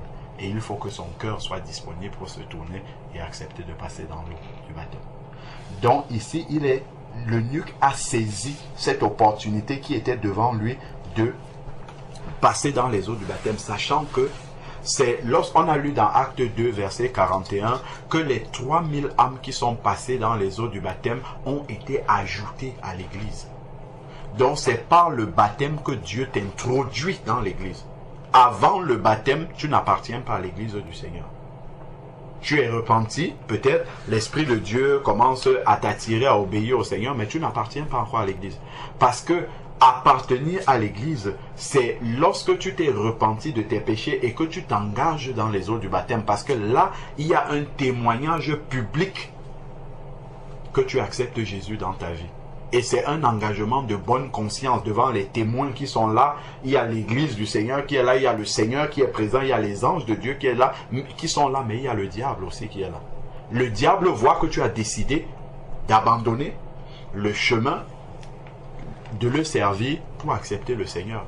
Mais tant que tu n'es pas passé dans les eaux du baptême, pour le diable, lui pense que tu lui appartiens toujours. Même si tu t'es repenti de tes péchés, même si tu as commencé à marcher avec Jésus-Christ, c'est vraiment le baptême d'eau qui te coupe définitivement, qui a séparé les Israélites des Égyptiens. C'est la mer Rouge. La traversée de la mer Rouge les a séparés complètement. Eux, ils étaient maintenant de l'autre côté. Et les Égyptiens sont restés de ce côté-ci. C'est la mer Rouge, c'est l'eau du baptême qui nous sépare comme ça, qui fait entrer dans le nouveau royaume, et l'ancien royaume reste de ce côté. Donc, les apôtres, eux, ils avaient compris que le baptême est urgent une fois que quelqu'un a reçu Jésus-Christ dans sa vie. On n'attend pas le lendemain. Pourquoi? Parce que entre-temps, Jésus peut revenir. S'il n'appartient pas à l'Église, il ne fera pas partie de ceux qui sont appelés. Si il est frappé par la mort, il part comme ça sans être baptisé, il risque de ne pas rencontrer le Seigneur. Donc les apôtres, eux, ils étaient conscients de ça. Et en plus, si on n'est pas passé dans les eaux du baptême, on n'appartient pas encore à l'Église, donc on n'a pas l'autorité spirituelle pour agir au nom du Seigneur. On ne peut pas agir au nom du Seigneur parce qu'on n'a pas son autorité spirituelle pour le faire. Mais une fois qu'on est repenti et passé dans les eaux du baptême, on reçoit l'autorité spirituelle que nous appartenons désormais au royaume de Dieu et dont là nous pouvons agir comme un citoyen du royaume de Dieu. C'est là où on reçoit l'autorité, la puissance pour marcher sur les serpents, les scorpions, sur toute la puissance de l'ennemi. Là, quand tu dis à Satan, au nom de Jésus, sors d'ici, Satan est obligé d'obéir. Mais si tu n'es pas passé dans les eaux du baptême, tu dis ça à Satan, il peut contester, même devant Dieu. Et Dieu est juste même avec Satan. Satan va venir dire devant Dieu, mais pourquoi tu vas exaucer ce qu'il dit? Il n'est pas passé dans les eaux du baptême. C'est toi qui dis qu'il faut passer dans les eaux du baptême pour être ton enfant. Dans dans Luc chapitre 4, 3. C'est quand Jésus est sorti comme ça de l'eau du baptême que l'Esprit de Dieu est descendu sur lui sous la forme d'une colombe.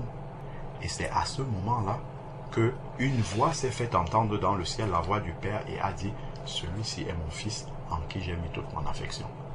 Donc même pour nous, c'est lorsqu'on sort des eaux du baptême que Dieu dans le ciel nous reconnaît comme étant son enfant. C'est à ce moment-là que notre nom est écrit dans le livre de vie. Quand on sort des eaux du baptême, Jésus est le chemin. Jésus a montré le chemin par lequel on doit passer. C'est quand lui il est sorti des eaux du baptême, pas avant, que le Père a dit, celui-ci est mon fils en qui j'ai mis toute mon affection. Donc de la même manière, tous ceux qui vont suivre le chemin de Jésus-Christ, c'est en sortant des eaux du baptême que le Père dira, celui-ci est mon fils, dont il appartient à ma famille, dont il appartient à l'Église, qui est ma famille. Il appartient à mon royaume, dont son nom est écrit dans le livre de vie. C'est pour ça que les apôtres n'attendaient pas le lendemain. Ils veillaient à ce que chaque personne qui recevait Jésus dans sa vie, qui se repentait de ses péchés, que immédiatement son nom soit écrit dans le livre de vie. Comme ça, quel que soit ce qui lui arrive, il appartient déjà au royaume des cieux. Il y a plus de barrières, il n'y a plus de... comment dire? Il n'y a plus rien qui l'empêche de pouvoir entrer dans le royaume des cieux. Donc, voilà ici l'eunuque éthiopien qui a été baptisé alors qu'il n'avait pas prévu ça. Le chapitre 9 maintenant, je peux nous économiser la lecture. Je ne sais pas si on l'a déjà lu. Cela nous parle de l'histoire de Saul de Tarse, qui persécutait les chrétiens et qui était sur le chemin de Damas pour aller persécuter les chrétiens dans une autre ville, la ville de Damas. Et sur le chemin, si on lit dans Acte 9, sur le chemin de Damas, il va rencontrer une lumière comme ça qui va venir l'éblouir et il va tomber. Et lorsqu'il tombe, il entend la voix du Seigneur Jésus.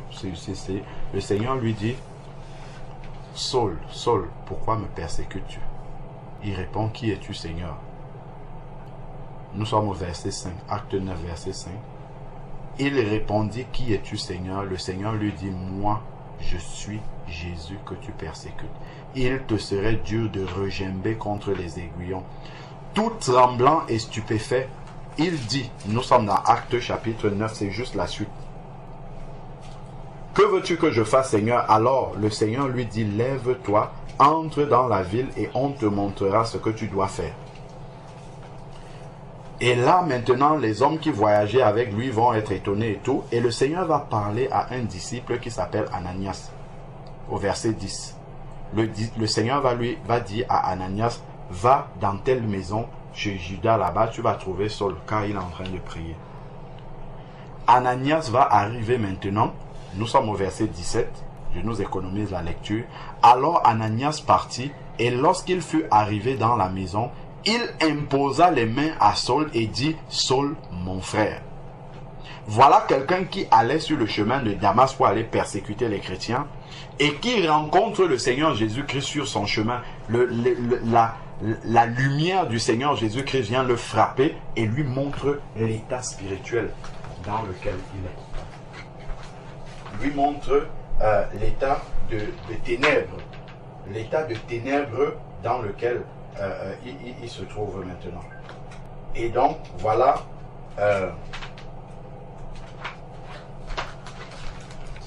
que le Seigneur envoie Ananias, un disciple, pour aller imposer les mains à Saul. Et une fois qu'il lui impose les mains, Saul, mon frère, le Seigneur Jésus, qui t'est apparu sur le chemin de Damas, par lequel tu venais. Donc lui, il n'avait pas un programme de rencontrer le Seigneur. C'est le Seigneur qui est venu. Aujourd'hui, le Seigneur vient à notre rencontre, pas physiquement, il vient par sa parole. Parce que la Bible nous dit dans Jean 14 que la parole a été, dans Jean 1 verset 14, que la parole a été faite chair. Donc le Seigneur vient à notre rencontre par sa parole aujourd'hui. Il vient nous parler par la parole de Dieu. Donc lorsque le Seigneur qui t'est apparu au verset 17 sur le chemin par lequel tu venais, m'a envoyé pour que tu recouvres la vue et que tu sois rempli du Saint-Esprit. Au même instant, il tomba de ses yeux comme des écailles et il recouvra la vue.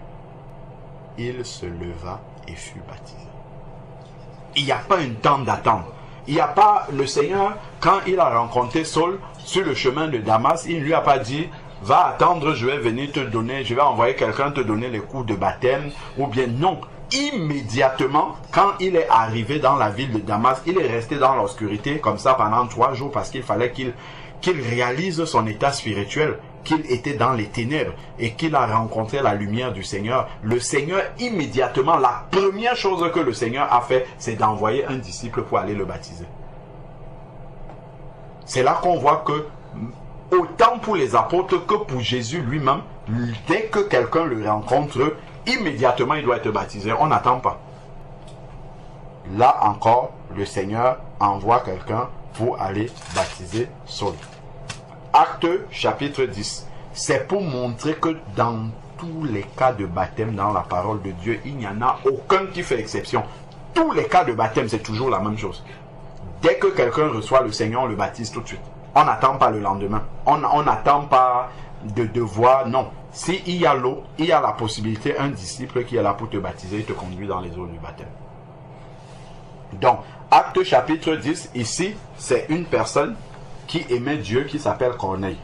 Il y avait à Césarée un homme du nom de Corneille, centenier de la cohorte appelée Italien. Il était pieux et avec toute sa maison, il craignait Dieu. Il faisait beaucoup d'aumônes au peuple et il priait constamment.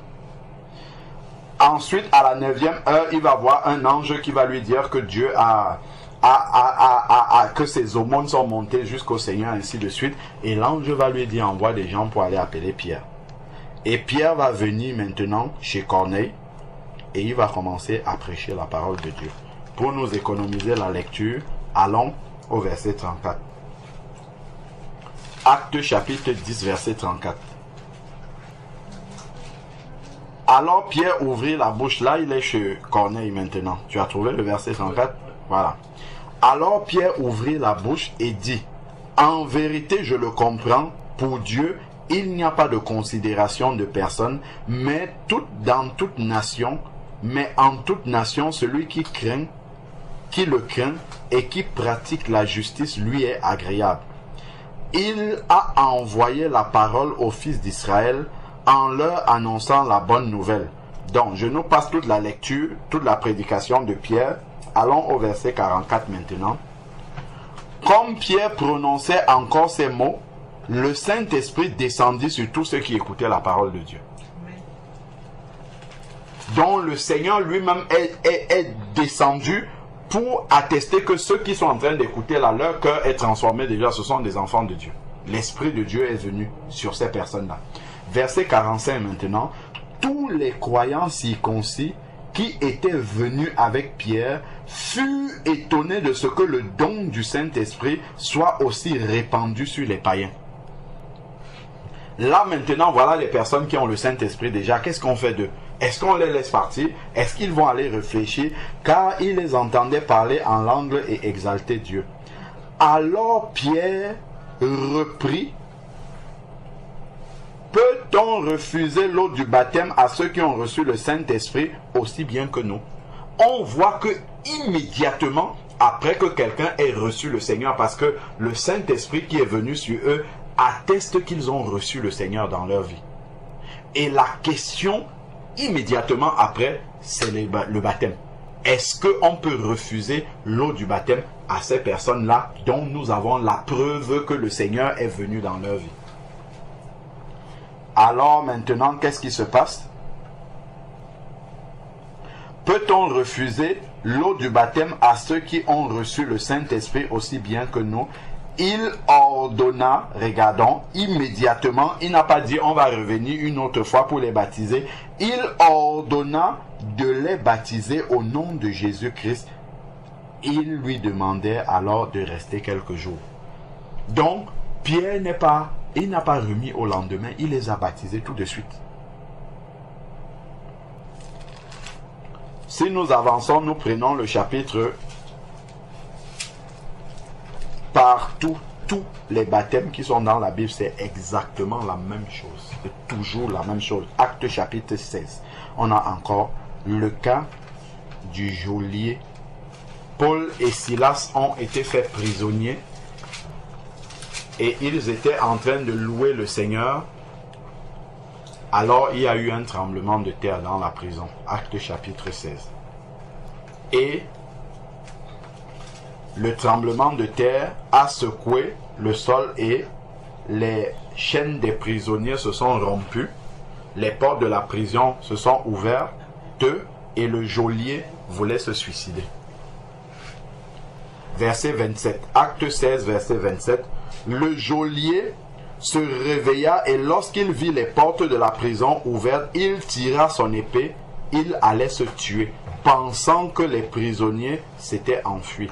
Mais Paul cria d'une voix forte, ne te fais aucun mal, car nous sommes tous ici. Alors le geôlier demanda la lumière. Il va passer des ténèbres à la lumière. Il demande la lumière et entra précipitamment et tomba tout tremblant devant Paul et Silas. Il les mena dehors et dit, Seigneur, que faut-il que je fasse pour être sauvé? Il répondit, crois au Seigneur Jésus et tu seras sauvé, toi et ta famille. Accepte Jésus dans ton cœur, repens-toi de tes péchés et tu recevras le salut en Jésus-Christ. Pas seulement toi, mais ta famille également. Verset 32. Et il lui annonçait la parole du Seigneur ainsi qu'à tous ceux qui étaient dans sa maison. Il les prit à 7 heures même de la nuit. C'était la nuit qu'ils ont reçu la parole de Dieu. Il les prit avec lui à 7 heures même de la nuit, lava leurs plaies, et aussitôt il fut baptisé. Aussitôt il fut baptisé. On n'a même pas, c'est un peu comme si on est en train de partager la parole de Dieu. Ici c'est 2-3 heures du matin et tu acceptes la parole de Dieu. On ne te dit pas, bon écoute, retourne chez toi, reviens demain. Non, s'il y a un coup d'eau là, on te baptise tout de suite, la nuit même, sans attendre le matin. Ça montre vraiment que les apôtres étaient conscients de l'urgence qu'il y avait. Que lorsque quelqu'un est devenu un enfant de Dieu, qu'il n'attende pas le lendemain. Parce que ça donne du temps au diable pour revenir, pour le ramener. Ça donne du temps au diable pour le séduire, afin qu'il sorte de la voie du Seigneur. Les apôtres, eux, ils avaient compris ça et ils l'ont baptisé la nuit même. Ils n'ont pas attendu le lendemain. En cette nuit-là même, aussitôt il fut baptisé. Non seulement lui, le geôlier, et tous les siens, on ne sait pas combien de personnes il y avait dans cette maison-là. Ils n'ont pas dit non, peut-être il y a trop de personnes à baptiser, on va voir la prochaine fois. Non, tout le monde a été baptisé, sans attendre. Donc, verset 34 maintenant, il fit monter dans sa maison, il les fit monter dans sa maison, se mit à table et se réjouit de ce que toute sa famille avait cru en Dieu. Verset chapitre 19, et on va s'arrêter là. Il y a encore un autre cas là. 19. Acte chapitre 19 à partir du verset 1. On va lire les 7 premiers versets. Acte 19. Acte chapitre 19 à partir du verset 1. Il est écrit, pendant que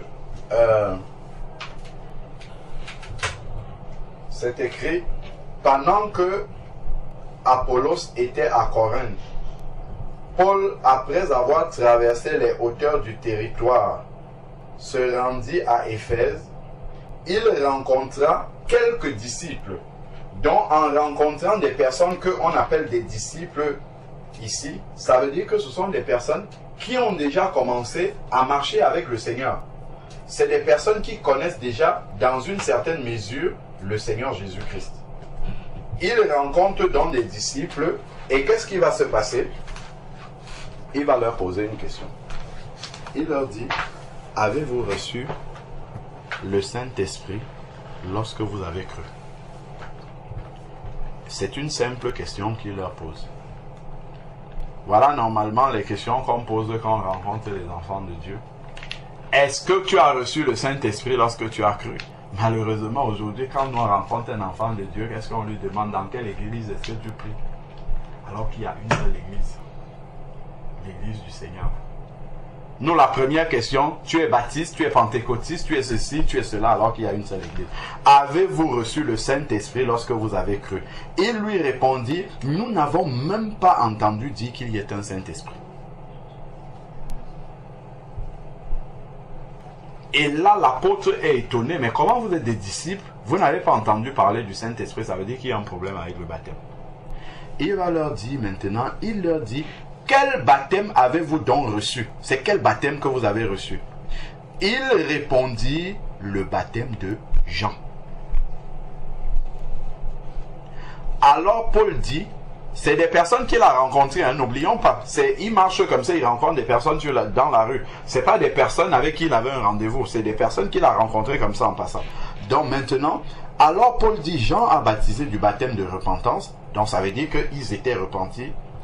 Il disait au peuple de croire en celui qui venait après lui, c'est-à-dire en Jésus. Sur ces paroles, ce n'est pas que après demain on va voir. Sur les paroles qu'il était en train de leur dire là, sur ces paroles, il fut baptisé au nom de Jésus. Tout de suite. Avant, on a vu Pierre, l'apôtre Pierre. On a vu Philippe. Ce sont des disciples différents du Seigneur. Pierre a agi de cette manière-là. Philippe a agi de cette manière-là. Voici Paul maintenant qui est un autre disciple qui agit de la même façon, toujours à chaque fois.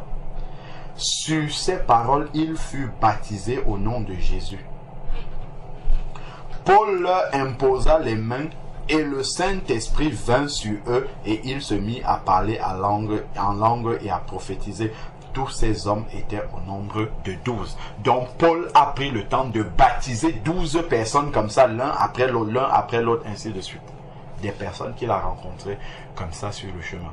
C'est vraiment pour nous montrer, au travers de tous les exemples qu'on a lus là, que l'expérience du baptême est toujours la même. Une fois que quelqu'un s'est repenti de ses péchés, qu'il a accepté Jésus-Christ comme Seigneur et Sauveur dans son cœur, il faut le baptiser tout de suite.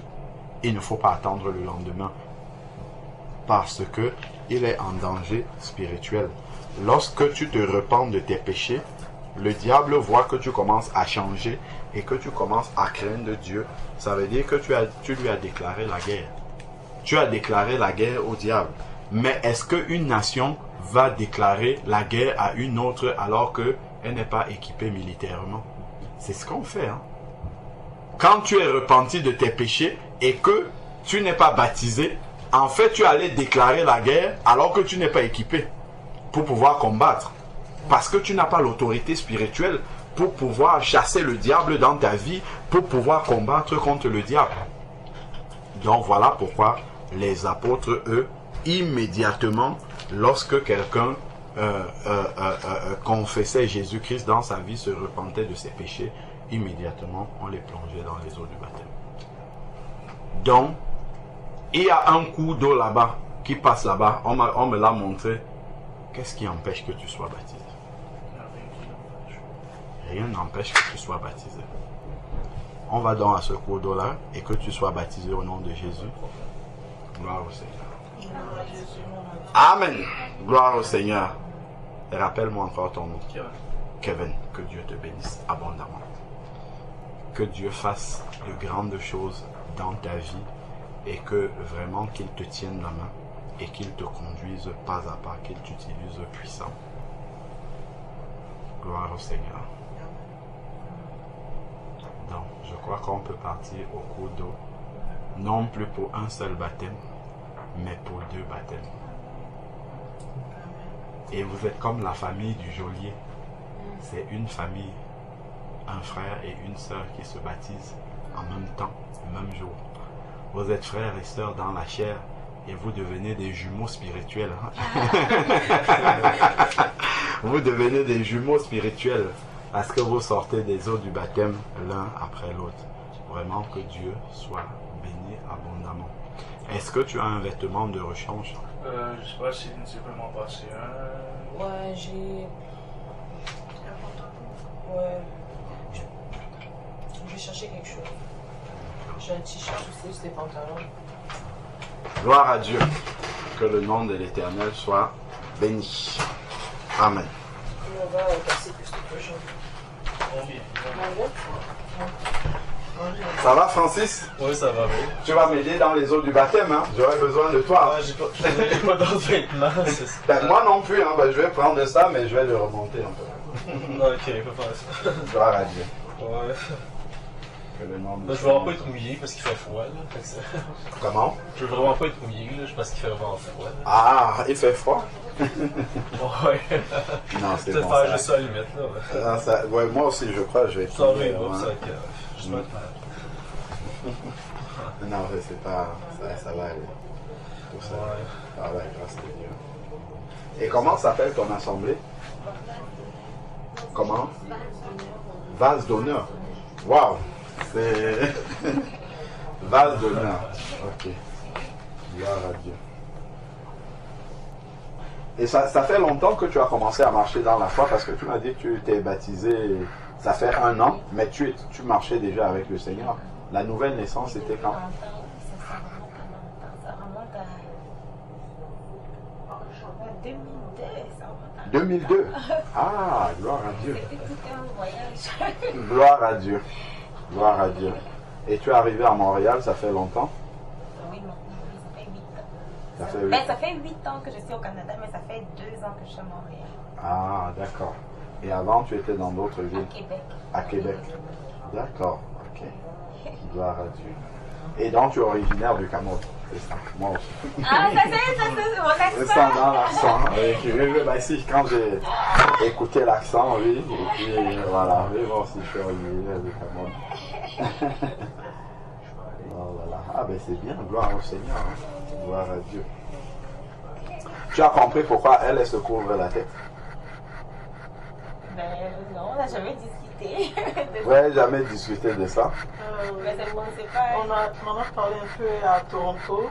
Ah oui. D'accord, Et j'ai parlé juste un peu quand même. d'accord. Mais c'était avec plus de femmes qu'on avait parlé. Fatigué. Ok, en tout cas, frère. Bon, pendant qu'ils sont en train de préparer les vêtements de rechange, on peut prendre. Ici. Attends, je change. Je vais me changer de Là, je vais me changer ici. Ça va pas être faux. Bon, en attendant que c'est fini. Le char, quand tu es dans l'eau, c'est à peu près. Mettons, c'est à peu près. Est-ce que ça pourrait aller comme. On resterait comme juste sur le bord possible? Je veux vraiment pas avoir. Dès qu'on arrive à un niveau où on peut immerger, c'est bon. Ah, ok. Oui. Dès qu'on s'éloigne un peu du bord et que ça atteint un endroit suffisant pour plonger, juste c'est bon. On ne s'éloigne pas beaucoup du bord. C'est ça l'habitude. Dès qu'on peut plonger, c'est bon. Le niveau est suffisant. Regardons un peu. Ah, ok. 1 Corinthiens 11. Bah, sinon, je vais me débrouiller tout seul. Hein, C'est mal, mais j'ai comme pas. Je vois pas. Oui, non, te dérange pas. Je vais me débrouiller tout seul. Moi, j'ai pris un deuxième pantalon que je vais mettre dans mon... Avoir su, j'aurais amené quelque chose. Là. Oui. Je Ok. pensais qu'il y avait avoir d'autres hommes aussi. Là, fait que j'ai comme pas pensé à porter d'autres vêtements. Là. Ah oui. D'accord. Non, pas de souci. J'ai mis dans mon sac à dos un autre pantalon. C'est bon. Dans 1 Corinthiens chapitre 11. 1 Corinthiens chapitre 11. 1 Corinthiens 11. Donc, prenons à partir du verset 1. Il est dit: soyez mes imitateurs comme je le suis de Christ. Verset 2. Je vous loue de ce que vous vous souvenez de moi à tous égards et de ce que vous retenez mes instructions telles que je vous les transmises. Je veux cependant que vous sachiez que Christ est le chef de tout homme, au-dessus de tous les hommes, qu'ils croient ou qu'ils ne croient pas, Christ est leur chef. Christ est le chef de tout homme. L'homme est le chef de la femme.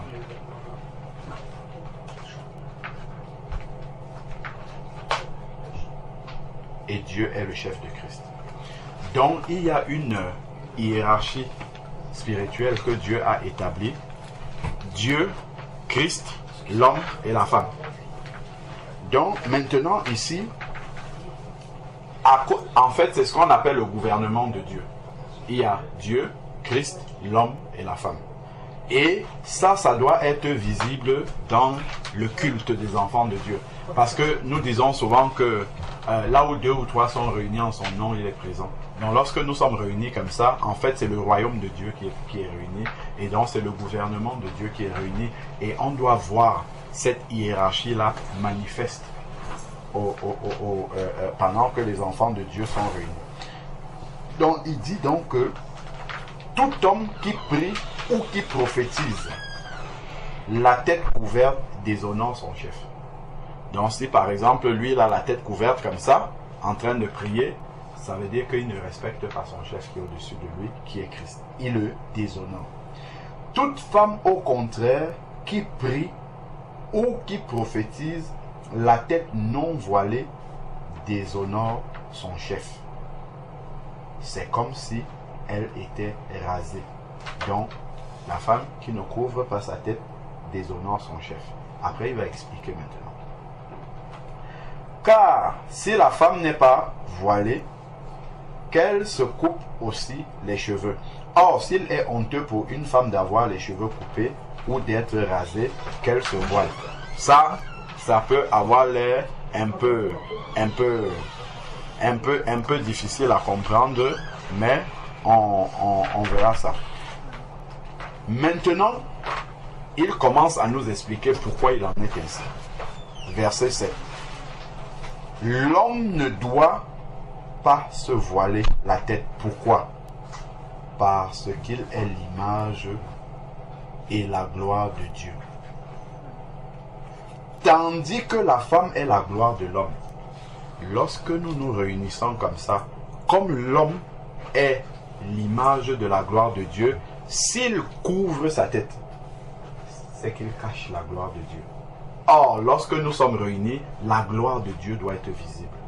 Donc l'homme ne doit pas cacher la gloire de Dieu en couvrant sa tête. Par contre, la femme, elle est la gloire de l'homme. Donc si elle laisse sa tête découverte, c'est qu'elle laisse voir la gloire de l'homme, alors que c'est la gloire de Dieu seule qui doit être vue dans le culte des enfants de Dieu. Et Dieu ne doit jamais entrer en concurrence avec quelqu'un d'autre. Seule la gloire de Dieu doit être visible. La gloire des hommes ne doit pas être visible. Elle doit être cachée dans la présence du Seigneur. C'est pour cette raison-là, parce que la femme est la gloire de l'homme, elle doit cacher cette gloire humaine-là et laisser seule la gloire divine pouvoir être visible. Spirituellement, c'est ce qui est expliqué là. Ensuite, maintenant, en effet, l'homme n'a pas été tiré de la femme. C'est la femme qui a été tirée de l'homme. Ça nous renvoie en fait à la hiérarchie dans le gouvernement de Dieu. Et l'homme n'a pas été créé à cause de la femme, mais la femme à cause de l'homme. Donc on voit que derrière, en fait, il y a une explication spirituelle pour laquelle Dieu veut que cette différence-là soit visible. Lorsque le royaume de Dieu est réuni comme ça, les hommes et les femmes présents dans la présence du Seigneur. Donc ensuite, maintenant, il va dire, c'est pourquoi la femme, verset 10, à cause des anges, doit avoir sur la tête une marque de l'autorité dont elle dépend. Elle doit avoir une marque sur la tête de l'autorité dont elle dépend à cause des anges. Si nous allons dans Ésaïe, chapitre 6. Oui. Je t'interromps un peu, il y a quelque chose que je n'ai pas compris. J'étais Oui. un peu distraite quand tu parlais de la gloire. Donc tu as dit l'homme ne couvre pas la tête. Oui, à Parce cause qu'il du est la verset gloire. 7, oui. L'homme ne doit pas se voiler la tête, verset 7, puisqu'il est l'image et la gloire de Dieu. Donc s'il se voile la tête, c'est qu'il cache la gloire de Dieu. Or, la gloire de Dieu doit être visible lorsque les enfants de Dieu se réunissent. Tandis que la femme est la gloire de l'homme. Donc, la gloire de l'homme doit être cachée dans la présence de Dieu. C'est pour ça que la femme doit se couvrir pour cacher la gloire de l'homme, afin que seule la gloire de Dieu puisse être visible, parce que l'homme, lui, il a la tête découverte. Donc, permet de voir la gloire de Dieu. Pour que la gloire de Dieu n'entre pas en concurrence avec la gloire de l'homme. C'est pour ça que la femme, elle qui est l'image de la gloire de l'homme, doit cacher cette gloire humaine-là, et l'homme, lui, il doit plutôt découvrir sa tête pour que l'on voit la gloire de Dieu. C'est ça. Donc, et il nous est dit maintenant que la femme, à cause des anges, doit avoir sur la tête une marque de l'autorité dont elle dépend. Et je disais qu'on aille dans Ésaïe 6. Si on est prêt, on part d'abord. On est prêt, allons d'abord. On va revenir finir après studieusement. Je pense que je vais vous attendre. Ah, Parce que ma robe est très longue. mais toi, tu vas pas entrer dans l'eau. Non, mais c'est parce que je sais pas où c'est. Je sais pas. Comment Ton auto, il est où, tu dis? Lindsay, tu peux lui expliquer là où on va? Ok, ton auto, tu l'as laissée là? Elle est quelque part. Et tu veux pas la laisser là, c'est ça? Non, Non, elle dit que c'est à cause de la robe, elle ne peut pas aller là où on va. Oui, ok, d'accord. La robe est très longue. Au fond, c'est je juste sais pas où le je sang. vais me tenir. Ah, ok. Oh. Tu peux pas t'attacher un peu, j'aurais aimé que ce soit là. Ah, merci. En plus, elle a des talons, j'ai pas.